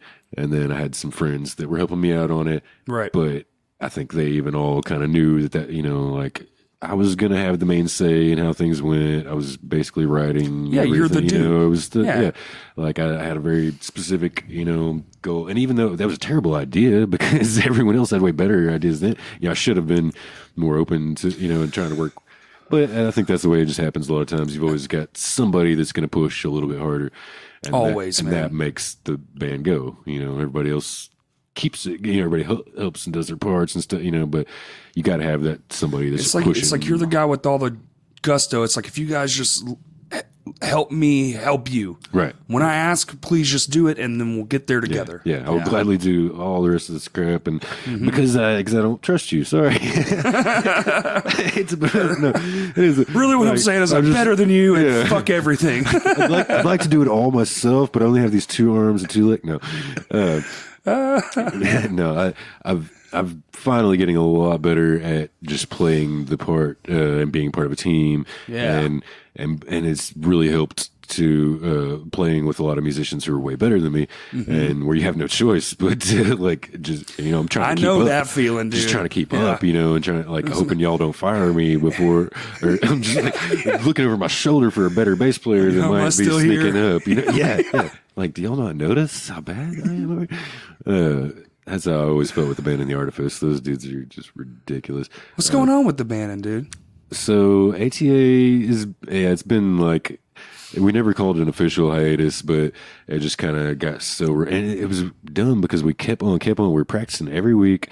I know. We're like constantly getting better and tighter and writing all this new stuff, but we would have like show offers fall through, and we canceled another offer because of this one, and then it, you know, so then you got nothing. So we just ended up with all these months and months going in between, and kind of lost all that momentum we had built up several years back. I finally had to go on there a few months ago and change the cover photo on the Facebook because I realized it said new album 2017. Oh shit, dude! Like, oh, this is 2019 and we still don't have it yet. Like, I can't believe nobody's called us on that. 2015 we put out that first album, you know, and we've got like well over another album's worth of material but we kept cycling through one guitarist after another, people moving and coming back and moving, and so. And being that complex too, it's probably hard to find someone that can. It is. There's you know really only a handful of guys around here that are on that level, and not to mention, hopefully, you have some decent equipment and not already in another band, not already in like 5 other bands, right? And or you know have a lot of family commitments, real jobs that life shit, you know, that's honestly one of the things I've loved the most about Fred. This is the first 3-piece band I've ever built. Isn't it the best? It's so much fun. I'm looking for. I think I'm going to do a 2-piece next, just to see if it gets better. Dude, Lame Johnny's so easy. But I text 2 people. It's like, and they're both almost always like, sure, and then it's just done. Yeah, it's done. You know, and which you know, I thought that was really cool about the acoustic stuff for a while too, because it's just me, just your and, say-so, and like I say, and at the end of the night, I get a little money, and I don't have to split it with nobody, you know, and I can, you know, kind of like. But at the same time, it's all on you. And that, you know, like marketing and merch, so, everything, and booking I shows. Suck at all that, really. Like I'm good at pushing my band to do it and kind of taking the lead in that. Sometimes I've been slacking here lately, but I've usually been pretty good at kind of taking the lead on that stuff. But I need other people to help. You know, I can't. And especially when it's just you, there's also that extra level of. Like, well, I don't really want to talk about how awesome this is because then I'm that guy and I'm, you know, full of myself or whatever. So, but you have to be if you're selling your art, you know, of any form, really. There's a fine line between cocky, arrogant asshole and guy trying to make it. There is, and I think I've met like maybe 3 people ever that know how to walk that line. You know, and most either fall hardcore one way or the other. Yeah. So I tried to be like the self-deprecating. That's you know, me too, man. I shit all over myself. Like, when everyone's like, someone's like, you suck. I'm like, I tell myself that every fucking day. Like, thank you. You have no idea how much, but yes, thank you. Want to talk about thank it? you for noticing. Yes. You want to, dude? There's literally a club. You want to join? Yeah. No. So is the idea for Fred to? Because first we got Flintstone, which is. Yeah. I literally cannot express my excitement and joy for there's a fucking band that exists called Fred. They put out an album called and this makes me. It's funny because like you listen to the songs and nobody I don't think would ever guess that at all. You know, there's first of all like there's very light lyrics and Fred rap. Yeah, they're few and far between. Yeah, it's more music, instrumental based, sludgy doom kind of stuff. And it just started as us getting really high and jam, you know, turning all the lights down, you know, and everything, like some incense, you know. It kind of reminded me of my band Chronic Ritual. That was always about that literal ritual of. You know, smoking weed with your bros and getting the mood right, you know, getting everything set right to where you just kind of jam and let it flow. And that's how all of our songs came about, except for actually the first song on Flintstone Bedrock. I had most of that written years ago, and I've been trying to put it in every band I've done for several years. And this was finally like, you know, I'm going to do it this time. And it's drums, bass, guitar, right? Yeah. And you're looping stuff. I live loop a lot of the guitar. I'm trying to get away from that. We finally got more distortion going on the bass now. Got him a nice fuzz going on, and I'm trying to, just because it's one of those things that, you know, you'll practice it and practice and practice and nail it 100 times, and then on stage something fucks up. The lack of monitors and you can't hear it. Yeah, so somebody can't hear it. Your drummer can't hear it. Yeah. You know, and so. Loops are dangerous, man. They really are. Multiple people involved. We got really lucky when we were recording. We went in to Wolfman with Tedford And I've always been super comfortable with him. I think that was part of it. But yeah, he's a nice guy. We went in there and cranked up and ran through pretty much everything live. I had to touch up, went back and added a guitar solo and touched up like one or two tiny little parts. But if you listen to Flintstone, most all of that was live looped in the studio. All three of us just played in one room together. I went back and redid the vocals afterwards, of course. Of course. That's still impressive. We actually got away with looping all that in and I was asking Ted for the time. I was like, "Hey, this is stupid, right? Like I should just play the one part and then come back and retrack it, right? It makes a lot more sense." And he was like, "Well, yeah, that's going to be probably cleaner and more, once we get it all done." I said, "But it is time consuming." He's like, "If y'all are used to doing it this way, maybe just try it." And we did. We just tried it, and it was pretty awesome. So did you get a lot of it single take? Yeah, like just one run. Yeah, we actually did. I think. I think we basically kind of went through each song a couple of times and basically said like, "Go ahead and record, but this one's probably trash," right? And then, but most of those we ended up keeping. Isn't that funny? It's like when you tell yourself it's going to be shit, you're just like, you try harder since it's been. Yeah. Until that one note, 94% of the way through the song that you flub, and you're like, start over. We're going to do the whole fucking thing again. No. Been there. Studio magic, though, man. It's now. Yeah. But back in the day, the 4-tracks and shit, it was, all right, delete that whole take.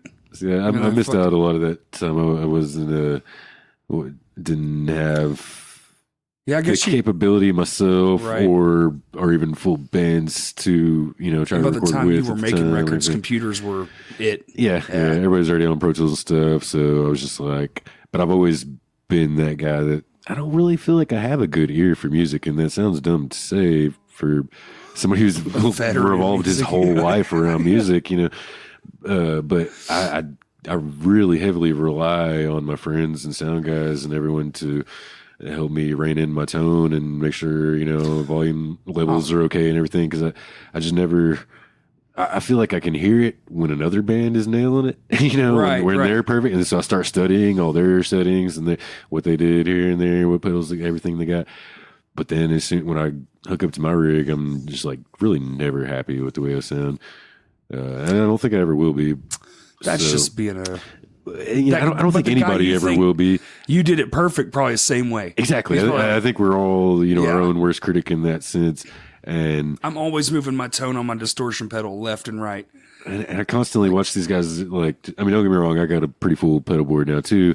But the two of that are big loop stations. That one of them is just running samples even at this point.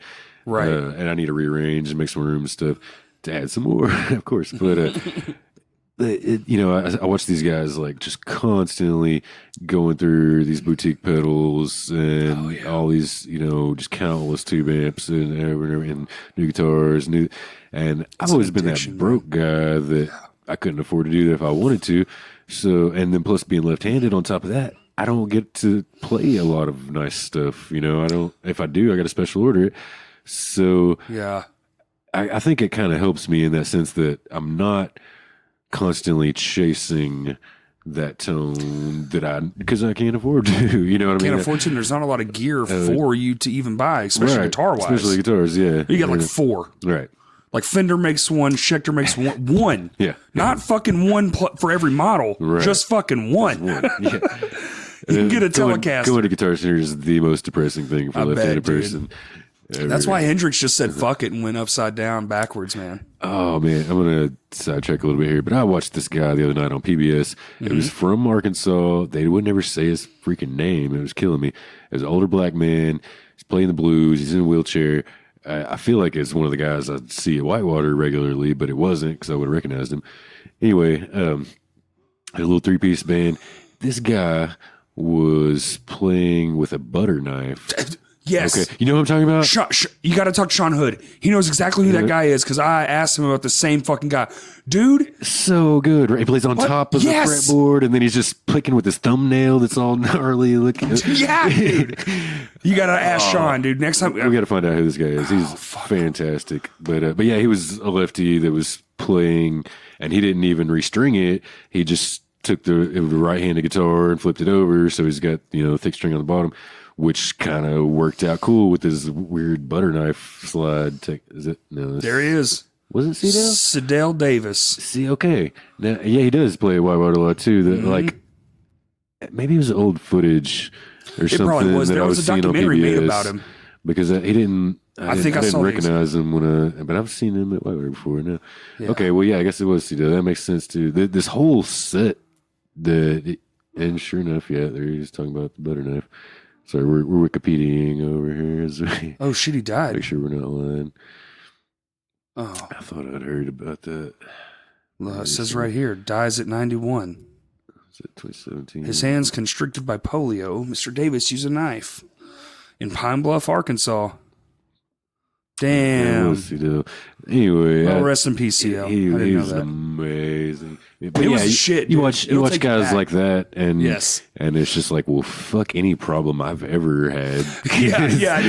I'm a complaining, whining bitch, and I need to shut the fuck exactly, up. But again, that's the innovator. I used to look at the Tony Iommi story too as inspiration for me. Him being left-handed, also, I didn't realize till just maybe 10 years ago or something though that his whole thing for drop tuning was because he'd sliced his fingertips off. Yeah, and at whatever job he was working, I think at the time, I had a kind of a similar accident with the razor blade job. I was working 12, 15. It was right before the first, it's a bloodletting device, that first band. Yep. We did about a year's worth of shows. We took off about a year, and then we came back with a whole new lineup. Right. It was just me and the other guitarist, Chris Berry, but then new drummer, new bass, new vocals. Chris Berry, yeah, man. I still catch him every once in a while, and I'm like, dude, what are you doing? Well, let's start a band. Because I don't know, I always loved jamming with him. He inspired me more than probably any other guitarist I've ever played with. I know that feeling. And he's a cool fucking dude too, man. I haven't seen him in years. We were coming back for our second round. This with Bird on vocals and J-Dog on bass, Tony Yarberry on drums, and we were like 6 weeks maybe out from our first show that we had booked. It's gonna be a Downtown Music. Everything was, we just started getting the flyers out and everything, started to really hype it up, and then I sliced two of my fingertips off with my fret hand. And not the whole fingertips of it, but like just the padding, basically. Oh, okay. Just shaved down. Yeah. It went to the bone, but like right there where you play. Yeah, so it did. It sucked, but they tried to sew one of them back on. It fell off, just whole kind of ordeal. That happened, like I say, just 6 weeks or so maybe before what was going to be our first show coming back. So we canceled that show right off the bat. Ended up though playing another show, Booze Fighters Biker Club, just kind of party thing, but on stage out there at their place. A week or two before the one that we canceled, and I just had the electrical tape wrapped around my fingers, which it ended up falling off pretty soon. Just played through it, but played through the pain. You did, everything seems so dire and crazy in those moments of like hurting yourself. Like, oh well, that's it. I'm never gonna play guitar again. Yeah, and then a few weeks later, it's like, yeah, I'll use a butter knife, or what do I need to do to make this work? Like this is all I know. I'm gonna keep it going. That's all I'm ever gonna know. I used to be that guy that was like, dude, when I'm 40, I'm not gonna be that dude. Like when we used to go to Vino's in the early days, there was like that old crowd that was still coming. And the new crowd was taking over, and now I'm that old motherfucker when the new crowd is coming in, and I'm just back like, by the bar, like you damn kids, you young motherfuckers, you don't remember anything. Yeah, it's hard. Like, and there's still some of the older heads than us around too, so we kind of feel like we're in that middle ground. Like, we're always in the fucking middle. I'm not going to call anybody out particularly, but there's a handful of folks that every time I go to a show and I see them, I'm like, yeah, as long as you're still here, I know I got 5 or 10 years left before anybody's, like wondering how long I got. Questioning it. Yeah, like, oh, Baker's looking a little rough there. Right. His head's gray. Shit. Dude, so what's next for Fred, man? What's the deal? We're all right. So Erickson moved to Washington last year, Yep. pursuing some other things, but hopefully, actually, we're gonna kind of keep up with. We've been talking, and the idea originally, anyway, was to spit out so many albums with so fast, so the joke really lands. And some of the stuff was very, the direction it was going to go was very fitting for Erickson's drum style, which was very controlled and not, he's not a big heavy hitter. I'm gonna beat the shit out of him. He's very precise and and like anyway. Some of our albums, I think, kind of need his touch more. Like, there's obviously going to be a Mr. Rogers, Fred Rogers. Yeah, Fred Rogers. That's going to have to happen soon. Tell me there's going to be a Savage. Savage is what we're writing right now. Oh, hell yeah. That is the most fun ever. Because, I mean, obviously, it has to be like the heaviest thing we put out. Right? I mean, it's literally called But then the Savage. lyrics are going to be campy, talking about the Wonder Years and the Wizard, Windy and Little Monsters. Like all this great stuff, So, and again, that's my favorite part about it is the research I get to do for writing songs is sitting around watching these great movies and TV shows and stuff. But, yeah, we're finishing, well, not finishing. We're 3.5, maybe 4 songs deep into writing. How many are you trying to get? Right now, well, I don't know. I'm a little torn. We kind of wanted to spit out more shorter songs on this album, Okay. But then I've been going through the Fred Savage catalog, and I'm a little torn too because it's like, well, there's only this handful of really great things that he acted in. Right. But now, if you start looking at all the stuff he's directed, and produced a ton of shit. A lot of good stuff. So it's like, all right, am I going all out with this? Because if so, we might end up with 12 or 15 tracks. And if so, I need to have some kind of shorter songs to make that happen. But everything I write just ends up these epic, ridiculously long pieces. I have a hard time shortening stuff. If you listen to the Flintstone album, it's easy to see like the shortest song on that's 5 and change, and a couple of them are over 7 minutes. They're ballady. And in their part of that though was because of the looping too. It's like as we're writing the stuff, I'm having to, I'm constantly building layers on it to try to get to a point, and then go to something else or whatever. But whereas, a lot of bands would come in with all those layers at once, and that's really only 20 seconds of the song. My version takes 2.5 minutes to get there. Because you're building it all up. But, and then plus if you factor in, like, if there's a mistake, sometimes we don't stop the song, but I stop the loop, and reset up what I was already trying to build. So yeah, it gets ridiculously long. Trying to get rid of some more of the looping and let the bass take over in those spots. Because a lot of it was just the fact I always hated about 3-piece bands that when they go to the guitar solo, and it feels like the bottom just drops out. Yeah. So that's why that alone I was like, I could never be the only guitarist in a band. And then I got the loop station for my acoustic stuff, and it was like, oh, maybe, I could be both the guitarists in my band. Well, maybe you could just do have live versions and album versions, man. Yeah. I mean, nothing's stopping you from doing everything. I think you should do a song called Moly Poly and have it about his character from fucking the Austin Powers. Oh, yes. Mole. No, that Michael was talking about that one the other day. I had forgotten. It'd been so long since, and we had to go up to like YouTube that little clip, that he's oh man, that's so ridiculous. Yeah, that's the thing. Like, I've always loved everything Fred Savage touches, and then even like solid, dude. There's this show it was on Hulu called Casual. I was watching recently. It seems very removed, from anything he might be in, but I got to watching it and he's in it? Realized that he directed the last 2 episodes of season 1 of that. And then after realizing that, I went back and watched those episodes again with that in mind. And it was like, oh yes, of course you did. Like, this has his sense of humor all over it, That's why I liked it so much. I just didn't know.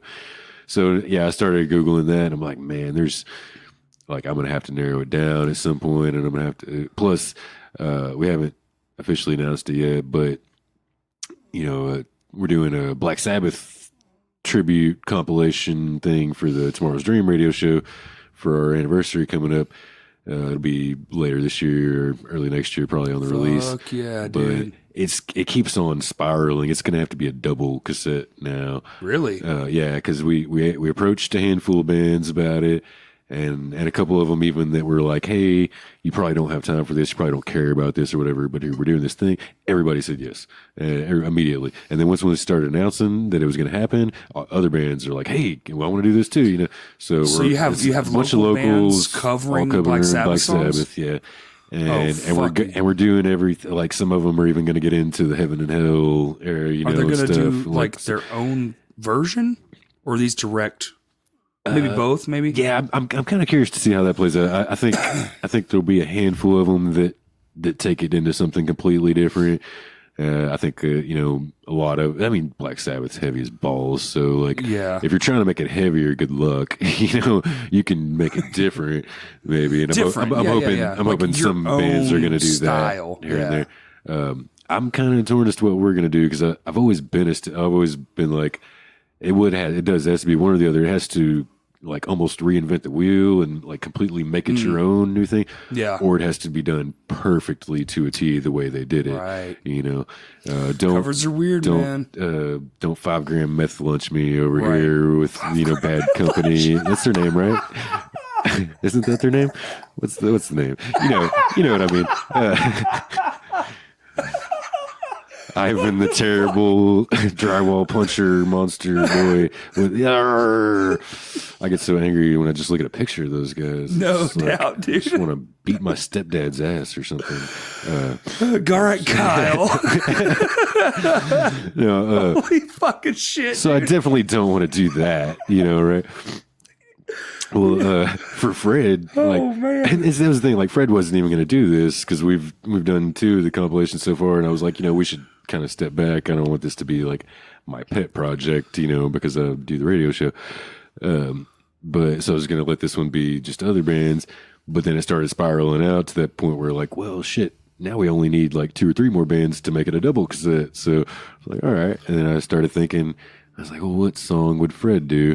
And I've got a couple favorites and I was looking through the list. We had about 16 or 17 so far at that time. And there wasn't anything to, nobody was really stepping on the ones I wanted to do. And then it clicked. I was like, all right, well, I was like, just pick one. What's right off the, don't think about it. What's the one song you want to do? And I thought, I was trying to get a lot of my bands over the years, Knee Deep especially, I thought we would have done really good to cover The Wizard. The harmonica part, has always really spoke to me. And, it's something a little different. Like I figure a lot of bands wouldn't want to bother with, and like, I'm going to have to figure that part out on harmonica now, like, damn, why'd I do that?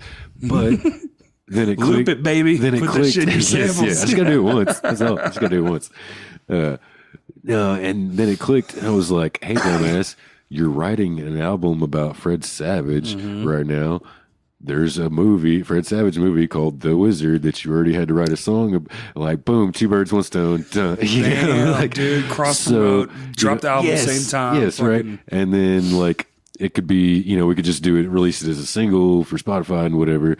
I've heard that's the way to go anyway, as far as the rights. It's about the only way you can go now. Yeah, because it's like crazy expensive if you try to put it with your album or whatever. But then we could actually just slap it on the physical copies, whatever we do for that release, and so it kind of, I don't know.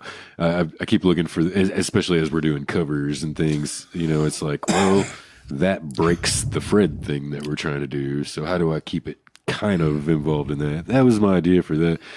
But now, you're talking about like licensing rights and stuff. Well, for the Spotify thing specifically, yeah. But also as far as just like how do I justify my very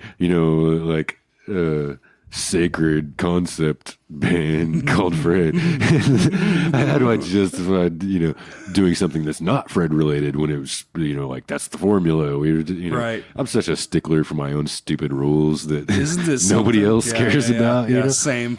But it's like I said I was going to do it, so I'm trying to do it. Everyone's like, you can take a day off, and I'm like, the fuck, I can. Yeah. I mean, if you just want everything to fall apart, sure. Loser. That's why you're not shit and you'll never be shit. Same as me, even though I work constantly. Still because of that.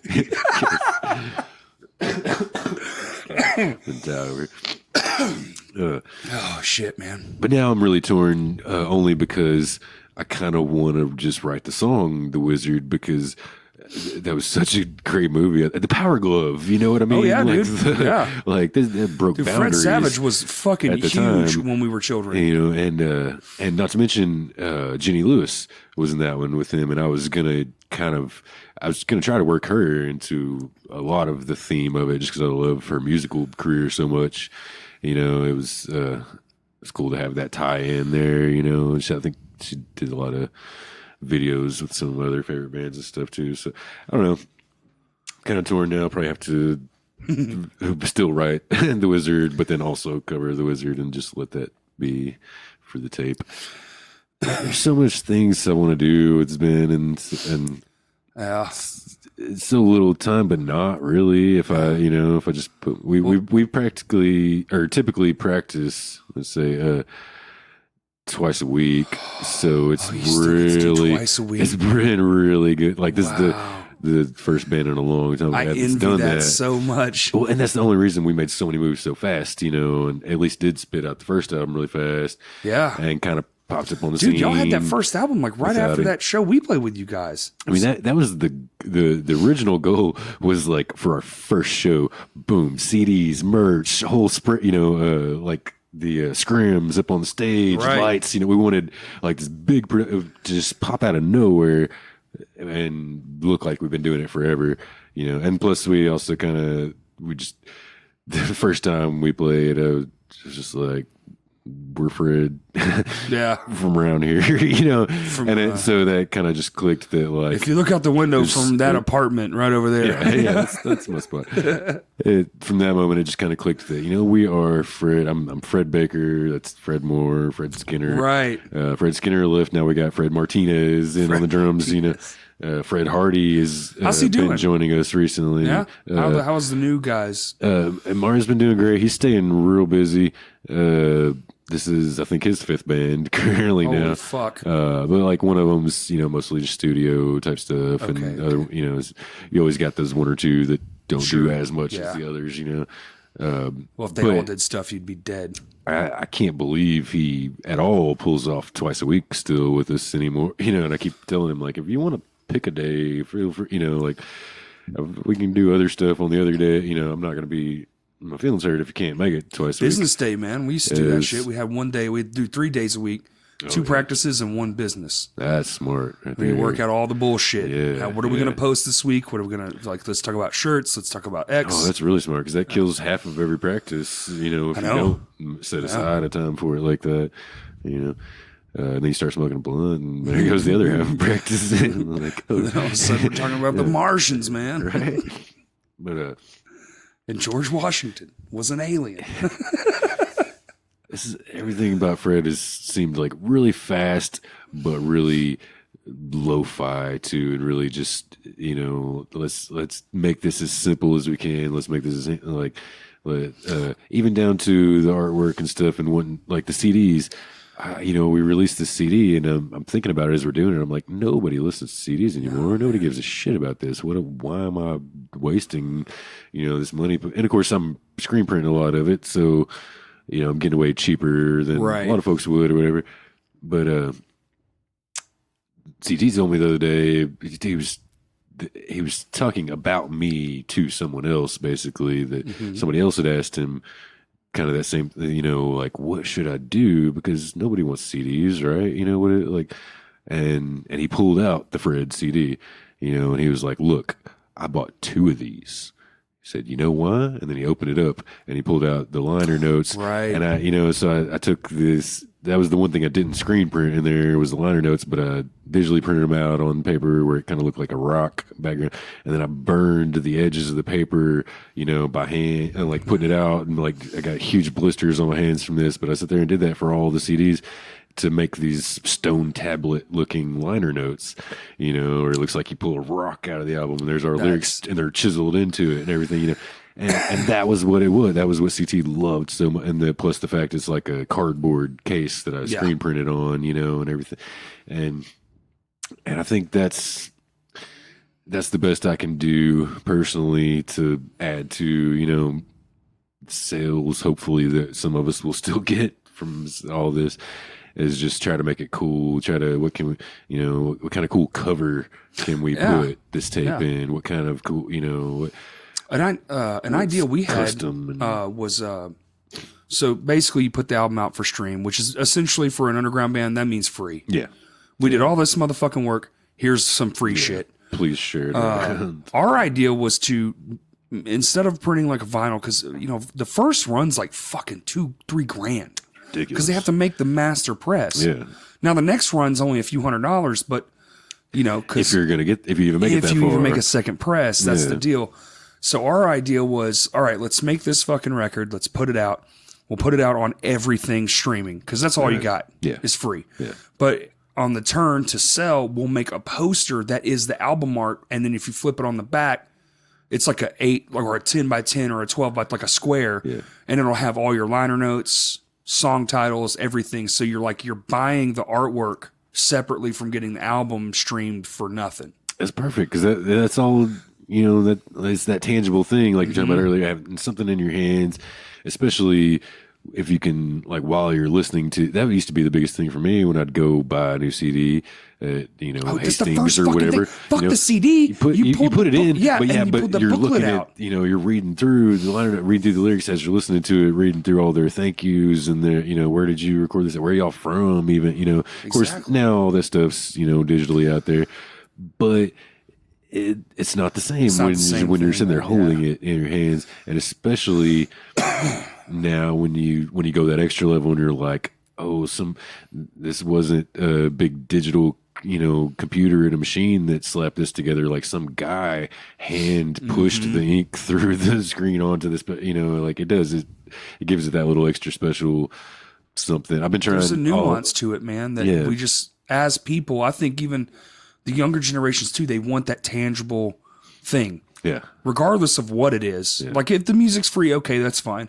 I've come to terms with that, even though I'm still massively against it. Right. But you know, you have to hold something. Yeah. And if you got your I can't tell you how many albums I would sit in my car, or I would come home and rush to my bedroom and pop a CD in the cassette, or the thing, like, not the, that's not gonna work. What are the fucking thing? The PlayStation. Yeah. You know, like pop it in the PlayStation and just sit there and listen through the TV speakers or just anything like that. And you're just sitting there reading along as you're listening to that first run through. It's magical shit. Oh yeah. The best. Or listening parties. Right. When a big band had that drop and you're like, fuck, dude, they got a new album like on the 15th. Everybody come over. I got the best stereo. Yeah, I got the best, exactly. The black lights. We'll smoke my dad all the weed. His liquor cabinet unlocked. Fucking, it's gonna be great. Yeah. I know, and maybe we're just start a band with those guys, you know?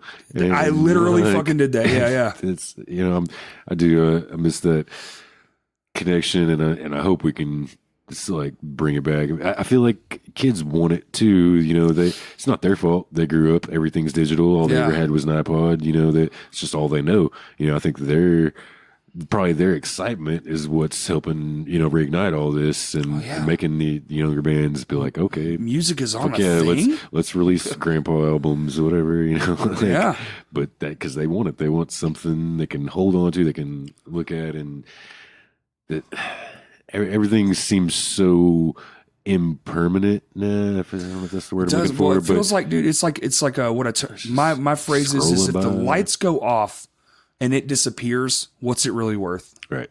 Jack shit. Right. But when the lights go out and I still have my fucking record, there are manual ways to play that record. Yeah. I can set that motherfucker on a phonograph and sit there and crank a knob. And still listen to that fucking record.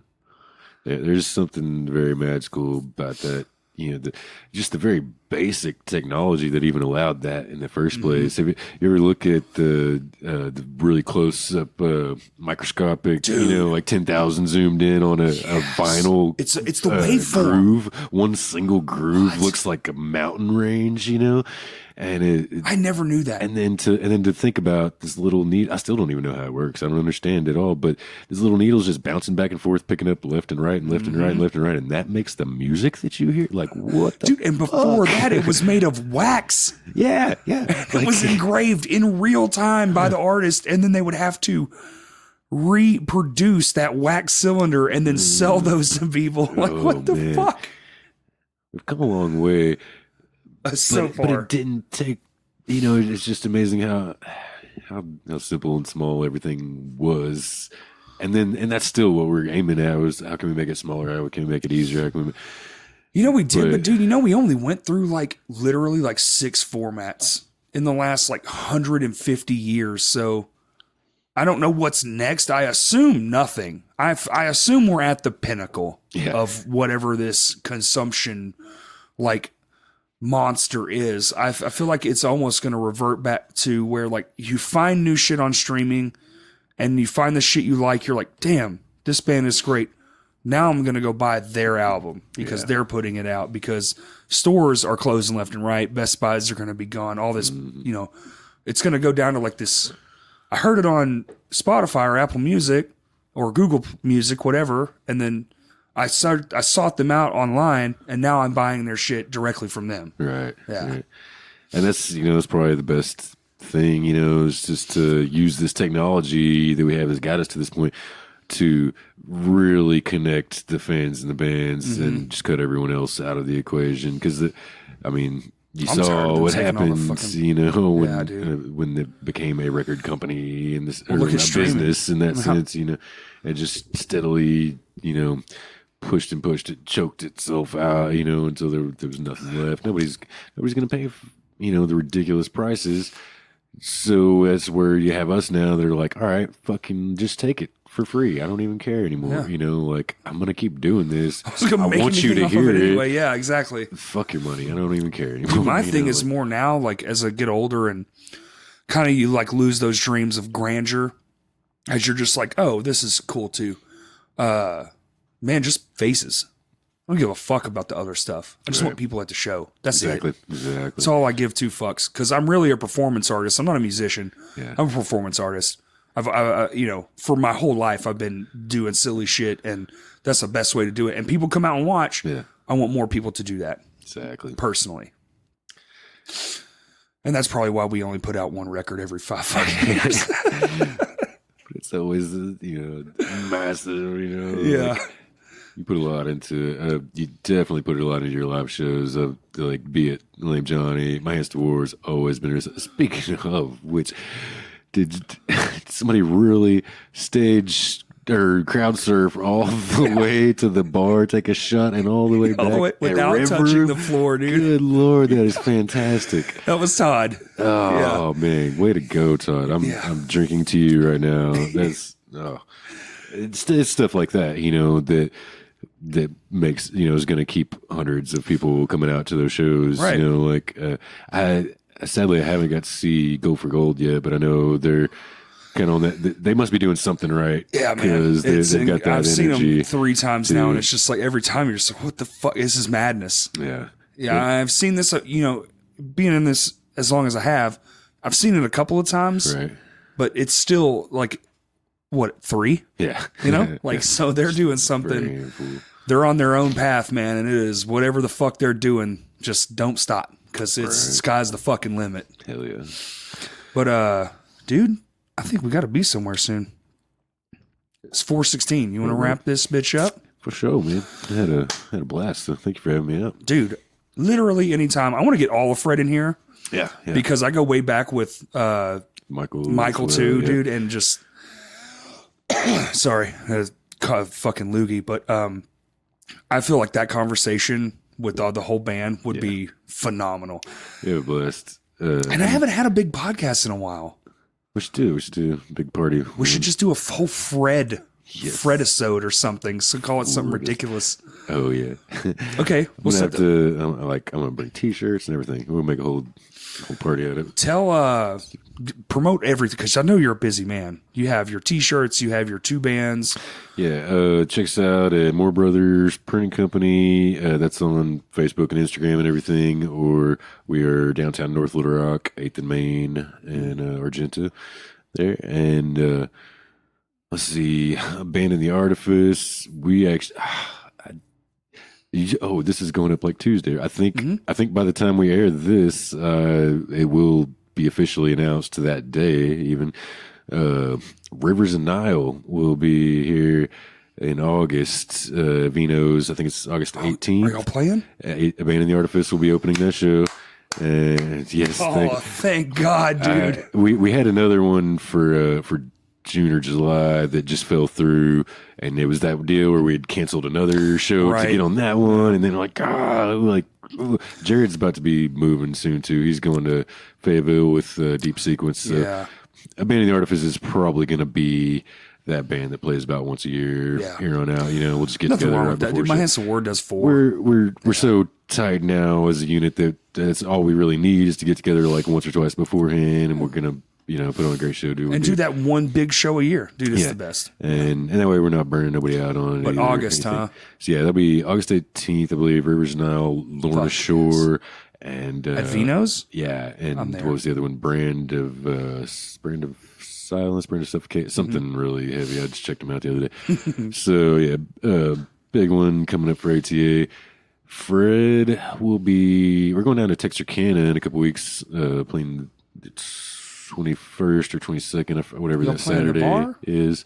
The something billiard. No, I think they just closed down the one place that might have been it. It's there's like 3 places to play there. This is something like Broadway Bar and Billiards or something. I know they got pool tables and stuff, and I think it's something billiards in the name. But we're gonna check that out. Play with this band from Texas. It'll be very, different style, whatever, but just something fun to finally get Fred out on the road a little bit. Hell yeah. Hopefully I'll have some more acoustic stuff coming up soon too.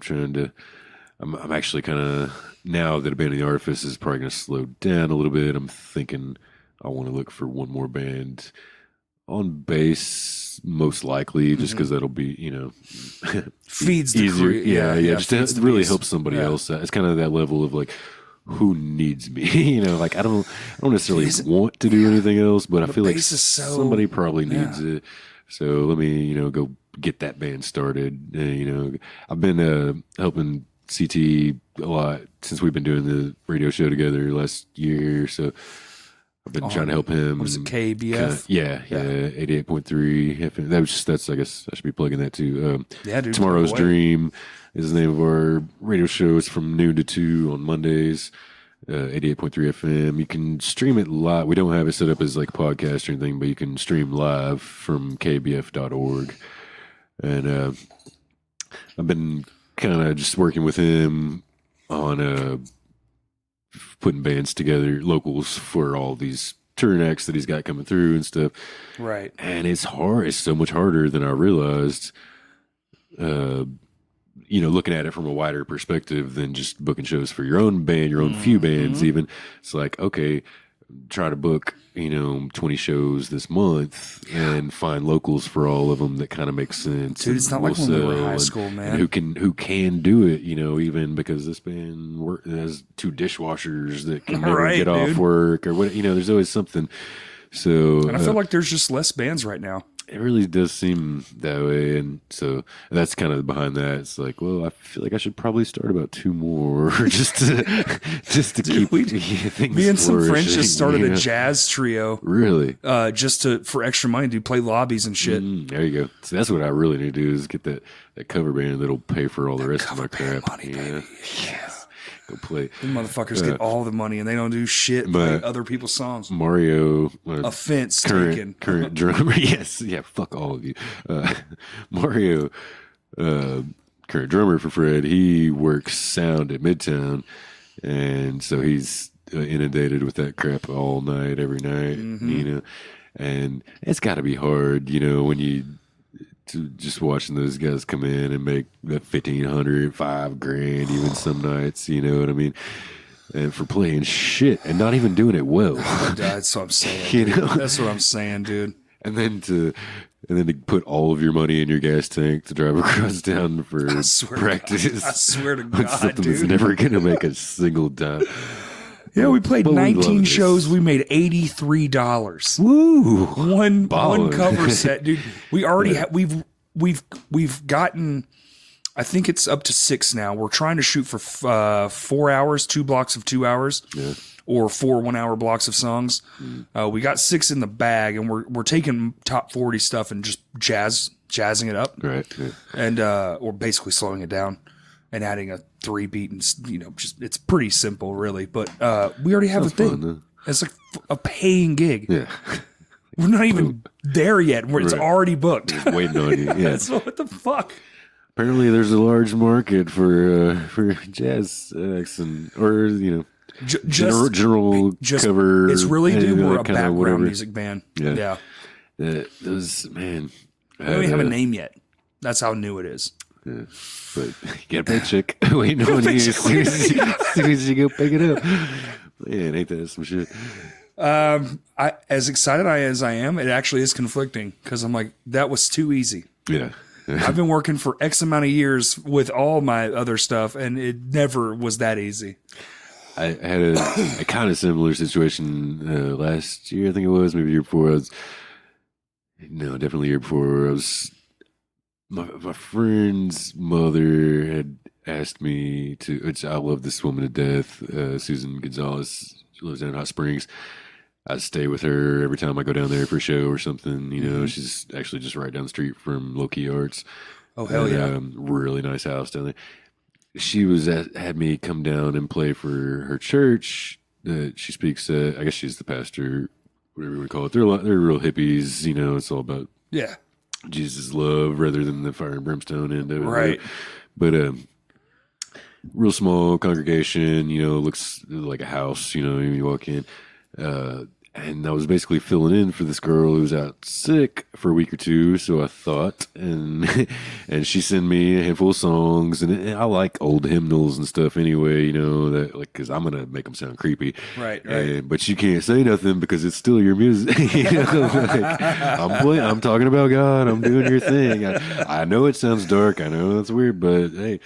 This is what you wanted. It's my style. And they were paying me $75 a week to come down there and play like 2 or 3 songs.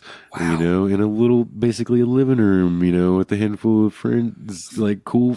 They all ate it up too. They kept telling me how great I was and how, it sounds a lot different than the way I usually hear, but I like it. I like it's really cool, and I did that for at least, well, not even every week, it was kind of like every other week for a couple months or so. Yeah.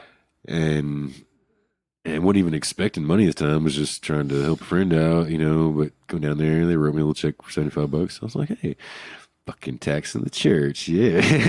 Finally somebody. I felt good about that, right? And then a couple weeks later, I started feeling bad about it. The exact same thing. I was like, I'm taxing the church. Like I'm involved with the church. I'm in bed with the church. Yep. It just felt really dirty and nasty all of a sudden, And I was the beast feeds the beast. I'm glorifying the name of something I don't even believe in. What is this shit? It got really awkward. I had to stop. It happens, man. It happens.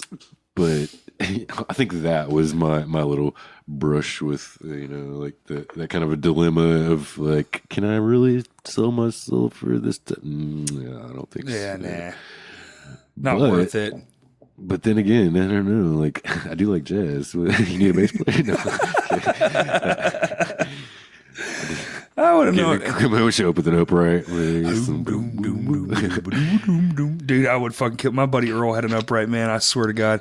That is the coolest fucking bass ever made. It really are. And it was made like 8 centuries ago. I don't even know how long ago that thing's been around. And you find them that are like so old and so beat to shit, and they still sound amazing. It's ridiculous. Like you cannot hurt those things enough to make them sound bad. And they really don't weigh what you think they would. Are they not? I've never picked one up. They're not that bad. Like you'd think, oh, that thing looks like it weighs 100 fucking pounds. Yeah, it's 3 of me. Yeah, it's not that bad. It's hollow, I guess. Yeah. And you just, it's got that little prong, dude, and you just sit there and it rests on your shoulder and you doom, doom, doom, doom, doom. That makes sense because Amy LaVere is one of my favorite Memphis musicians. She comes down a lot, plays Whitewater stuff.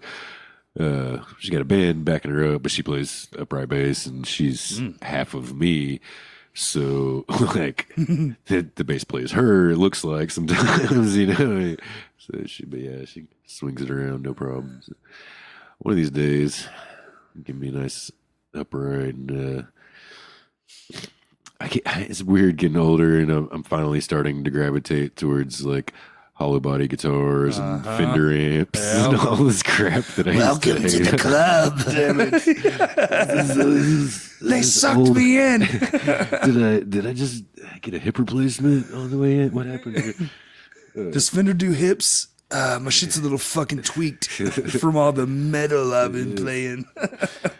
I went as heavy as I could go. There's no more heavy lift. I'm going back the opposite direction now. I'm looking for the softest, lightest, and I mean like pounds, ounces, lightest music I can possibly play. Less amps, less. I think there's going to be at some point an acoustic revolution, almost like. You think music's just going to go back? Music is going to take it back because everybody just gets so sick of everything that's going to be like the only way to like a reset. Like, yeah, like no electricity. Don't record this, please. You know, like you're here and you witness it, or moment. You're not, right? And fuck off. Yeah, there's something to be said for that, man. I try not to pull my phone out as much. I still catch myself doing it though. Yeah. Like, shit, man, I could just enjoy this. But it's tough, yeah. You're like, well, if I get that picture, that video, then I can remember it for years. But what are you remembering? Staring at your camera? Right. Yeah, I hate, especially in the wake of like losing friends to suicide and things. Yeah. I hate how little pictures I have of myself and my friends, and I hate how, you know, I don't ever want to take pictures. Like, I don't want to. I'd rather just. I feel like I'm doing better by living in the moment. Yeah. But then, you know, when it comes you time start to look thinking back, about your there's later, nothing like, you know, I'm drunk right now. Am I gonna remember? And the brains don't last forever, dude. Yeah. So you got to find that balance. Hopefully, we'll all find that some kind of balance. Man, I'm pretty positive about it. I think this is all new. All this shit, even this right here, what we're doing right now, this is such a new thing. So it's like we're going to go to the extreme, and then when the pendulum swings back, we're going to find that nice middle sweet spot where we're like, okay, hey, we went a little fucking crazy. Yeah, let's all forgive and forget, and we'll just move. Sorry about 45. Yeah. Remember that time I was tweeting out crazy shit at 4 a.m.? Yeah, my bad. But, so... Fred, what is it? Instagram, Facebook? Yeah, actually, I don't even think we Facebook, have. Right? I guess it's just Facebook. That's the old man thing now too at this point, right? What's an Instagram? Like, why aren't you on Snapchat? Like, what's the goddamn Snapchat? I don't know what Snapchat is either. I don't want to. I want no part of any more of this. Someone forced me to get on Instagram years ago. And I think it literally says on there, like, I hate taking pictures. I don't know how I got here. Yeah, you post like twice a year. That's roughly, that's roughly more. I'm just like, oh, well, this looks cool. And I try to specifically keep that stuff to Instagram, you know, just because I hate, I'll go back and forth scrolling through both. And if I already liked your picture on Facebook, you can fuck off. You're not getting an Instagram like double post, man. No. You already got my. I'm leery of that with my bands. I try to do one completely separate from the other and make them about two totally different things. Yeah. At least, you know, have a different picture attached or some. I wish people just didn't expect you to have both. Yeah. Like, fuck, can I just have Instagram? Like, I prefer Instagram personally. It's just easy. I post a picture, I say some shit, done. I'm fucking done. Commenting is way easier. I don't have to go through all the It really, yeah. the things and like hit the thing to see what they said to that. And if there's more comments, you have to tap on that. Like, fuck all that. Yeah. Simpler program, more connected with the people that you're trying to connect with, and not all the stories thing I love because it's everything. like 12 hours. It's gone. Yeah. You ain't got to fuck with it no more. Right. Like for like, I don't know. I'm a little scared of that, to ever like post things to that. It's just like, well, then it's lost forever. What if I need that someday? I'm a hoarder. a digital hoarder, yeah. Yeah, it's like I don't have that many things just because I don't have enough room for them all. But yeah, I don't know. I'm always I have keepsakes of little stupid pieces of paper that remind me of that big thing that I don't have room for. I look at that little piece of paper. Oh, better times. Well, I guess both. Yeah. Look, I think I do. I think Yabba Dabba Doom with an M at the end is probably the easiest way to find us on Facebook and stuff. It should, if you do like at Yabba Dabba Doom, it should actually tag us, and so just go ahead and post that status and tell your friends about us too. Yeah, dudes, and check out all of his stuff. And if you need shirts, band people, yes, More Bros, Print Co. One of the people for sure. Or just hit me up on Facebook, Jeremiah James Baker. And I know if you're, I do know this personally, if you're looking for something that's out of the box, this is your fucking guy, because he likes out of the box. I like to get weird. Do what he can to make that shit happen, and be more positive about it. He won't give you shit. He'll be like, fuck yeah. And he might actually suggest some even more crazy shit. I've been printing T-shirts for about 15 years now. Yeah. I love what I do, but yeah, it gets boring. So like bring me something cool. Come hit me up with that idea that you don't think I can pull off, and let's find a way to pull it off. Let's get the challenge going. Yeah, dude. I love it. All right, give me everybody. 2 days to do it because I have... So check out Mo Bros Printing Co. Yeah. Fred, because Fred is the shit, and I promise you, I'm not even like that kind of music guy. I fucking love Fred. The concept is hilarious. Everything is fucking awesome. The songs are just right up my alley for that style. Yeah. Thank you so much, man. I love it. Dude, thanks for coming on, man. Absolutely. We've been friends for a hell of a long time, and this is just a really neat way to kind of intertwine everything. I appreciate the invitation, guys. I was hoping I wasn't going to have to ask to be on your show, but I totally would have. Dude. Like, give me another month or so, I'd have been like, hey, bro. Dude, no, you're in my list. Can I come talk to you? I have such a big list of things. But, doing it once a week, it's kind of like, I'm only on, I think this is a 42. Right. So it's like, it's hard to stretch it all in there, especially because I got like nerdy shit I want to talk about too, not just music, man. I'm into everything. Fucking nerds. Yeah, I'm a nerd. All right, everybody. Well, we're going to go fucking watch Eyes Up. And who is it? Carnivore? Carnivora. Or Carnivora, I'm not sure. And Weeping Gate. Weeping Gate, yes. And I got some new members. I'm going to say this aired after the show, so, man, the show was badass. That was such a good show. So they fucking killed it. Thank you all for coming out. All right, everybody. Thank you for all the beers you bought me. Oh, dude, I'll buy you a beer. I love you guys. All right, everybody. Well, thanks for listening.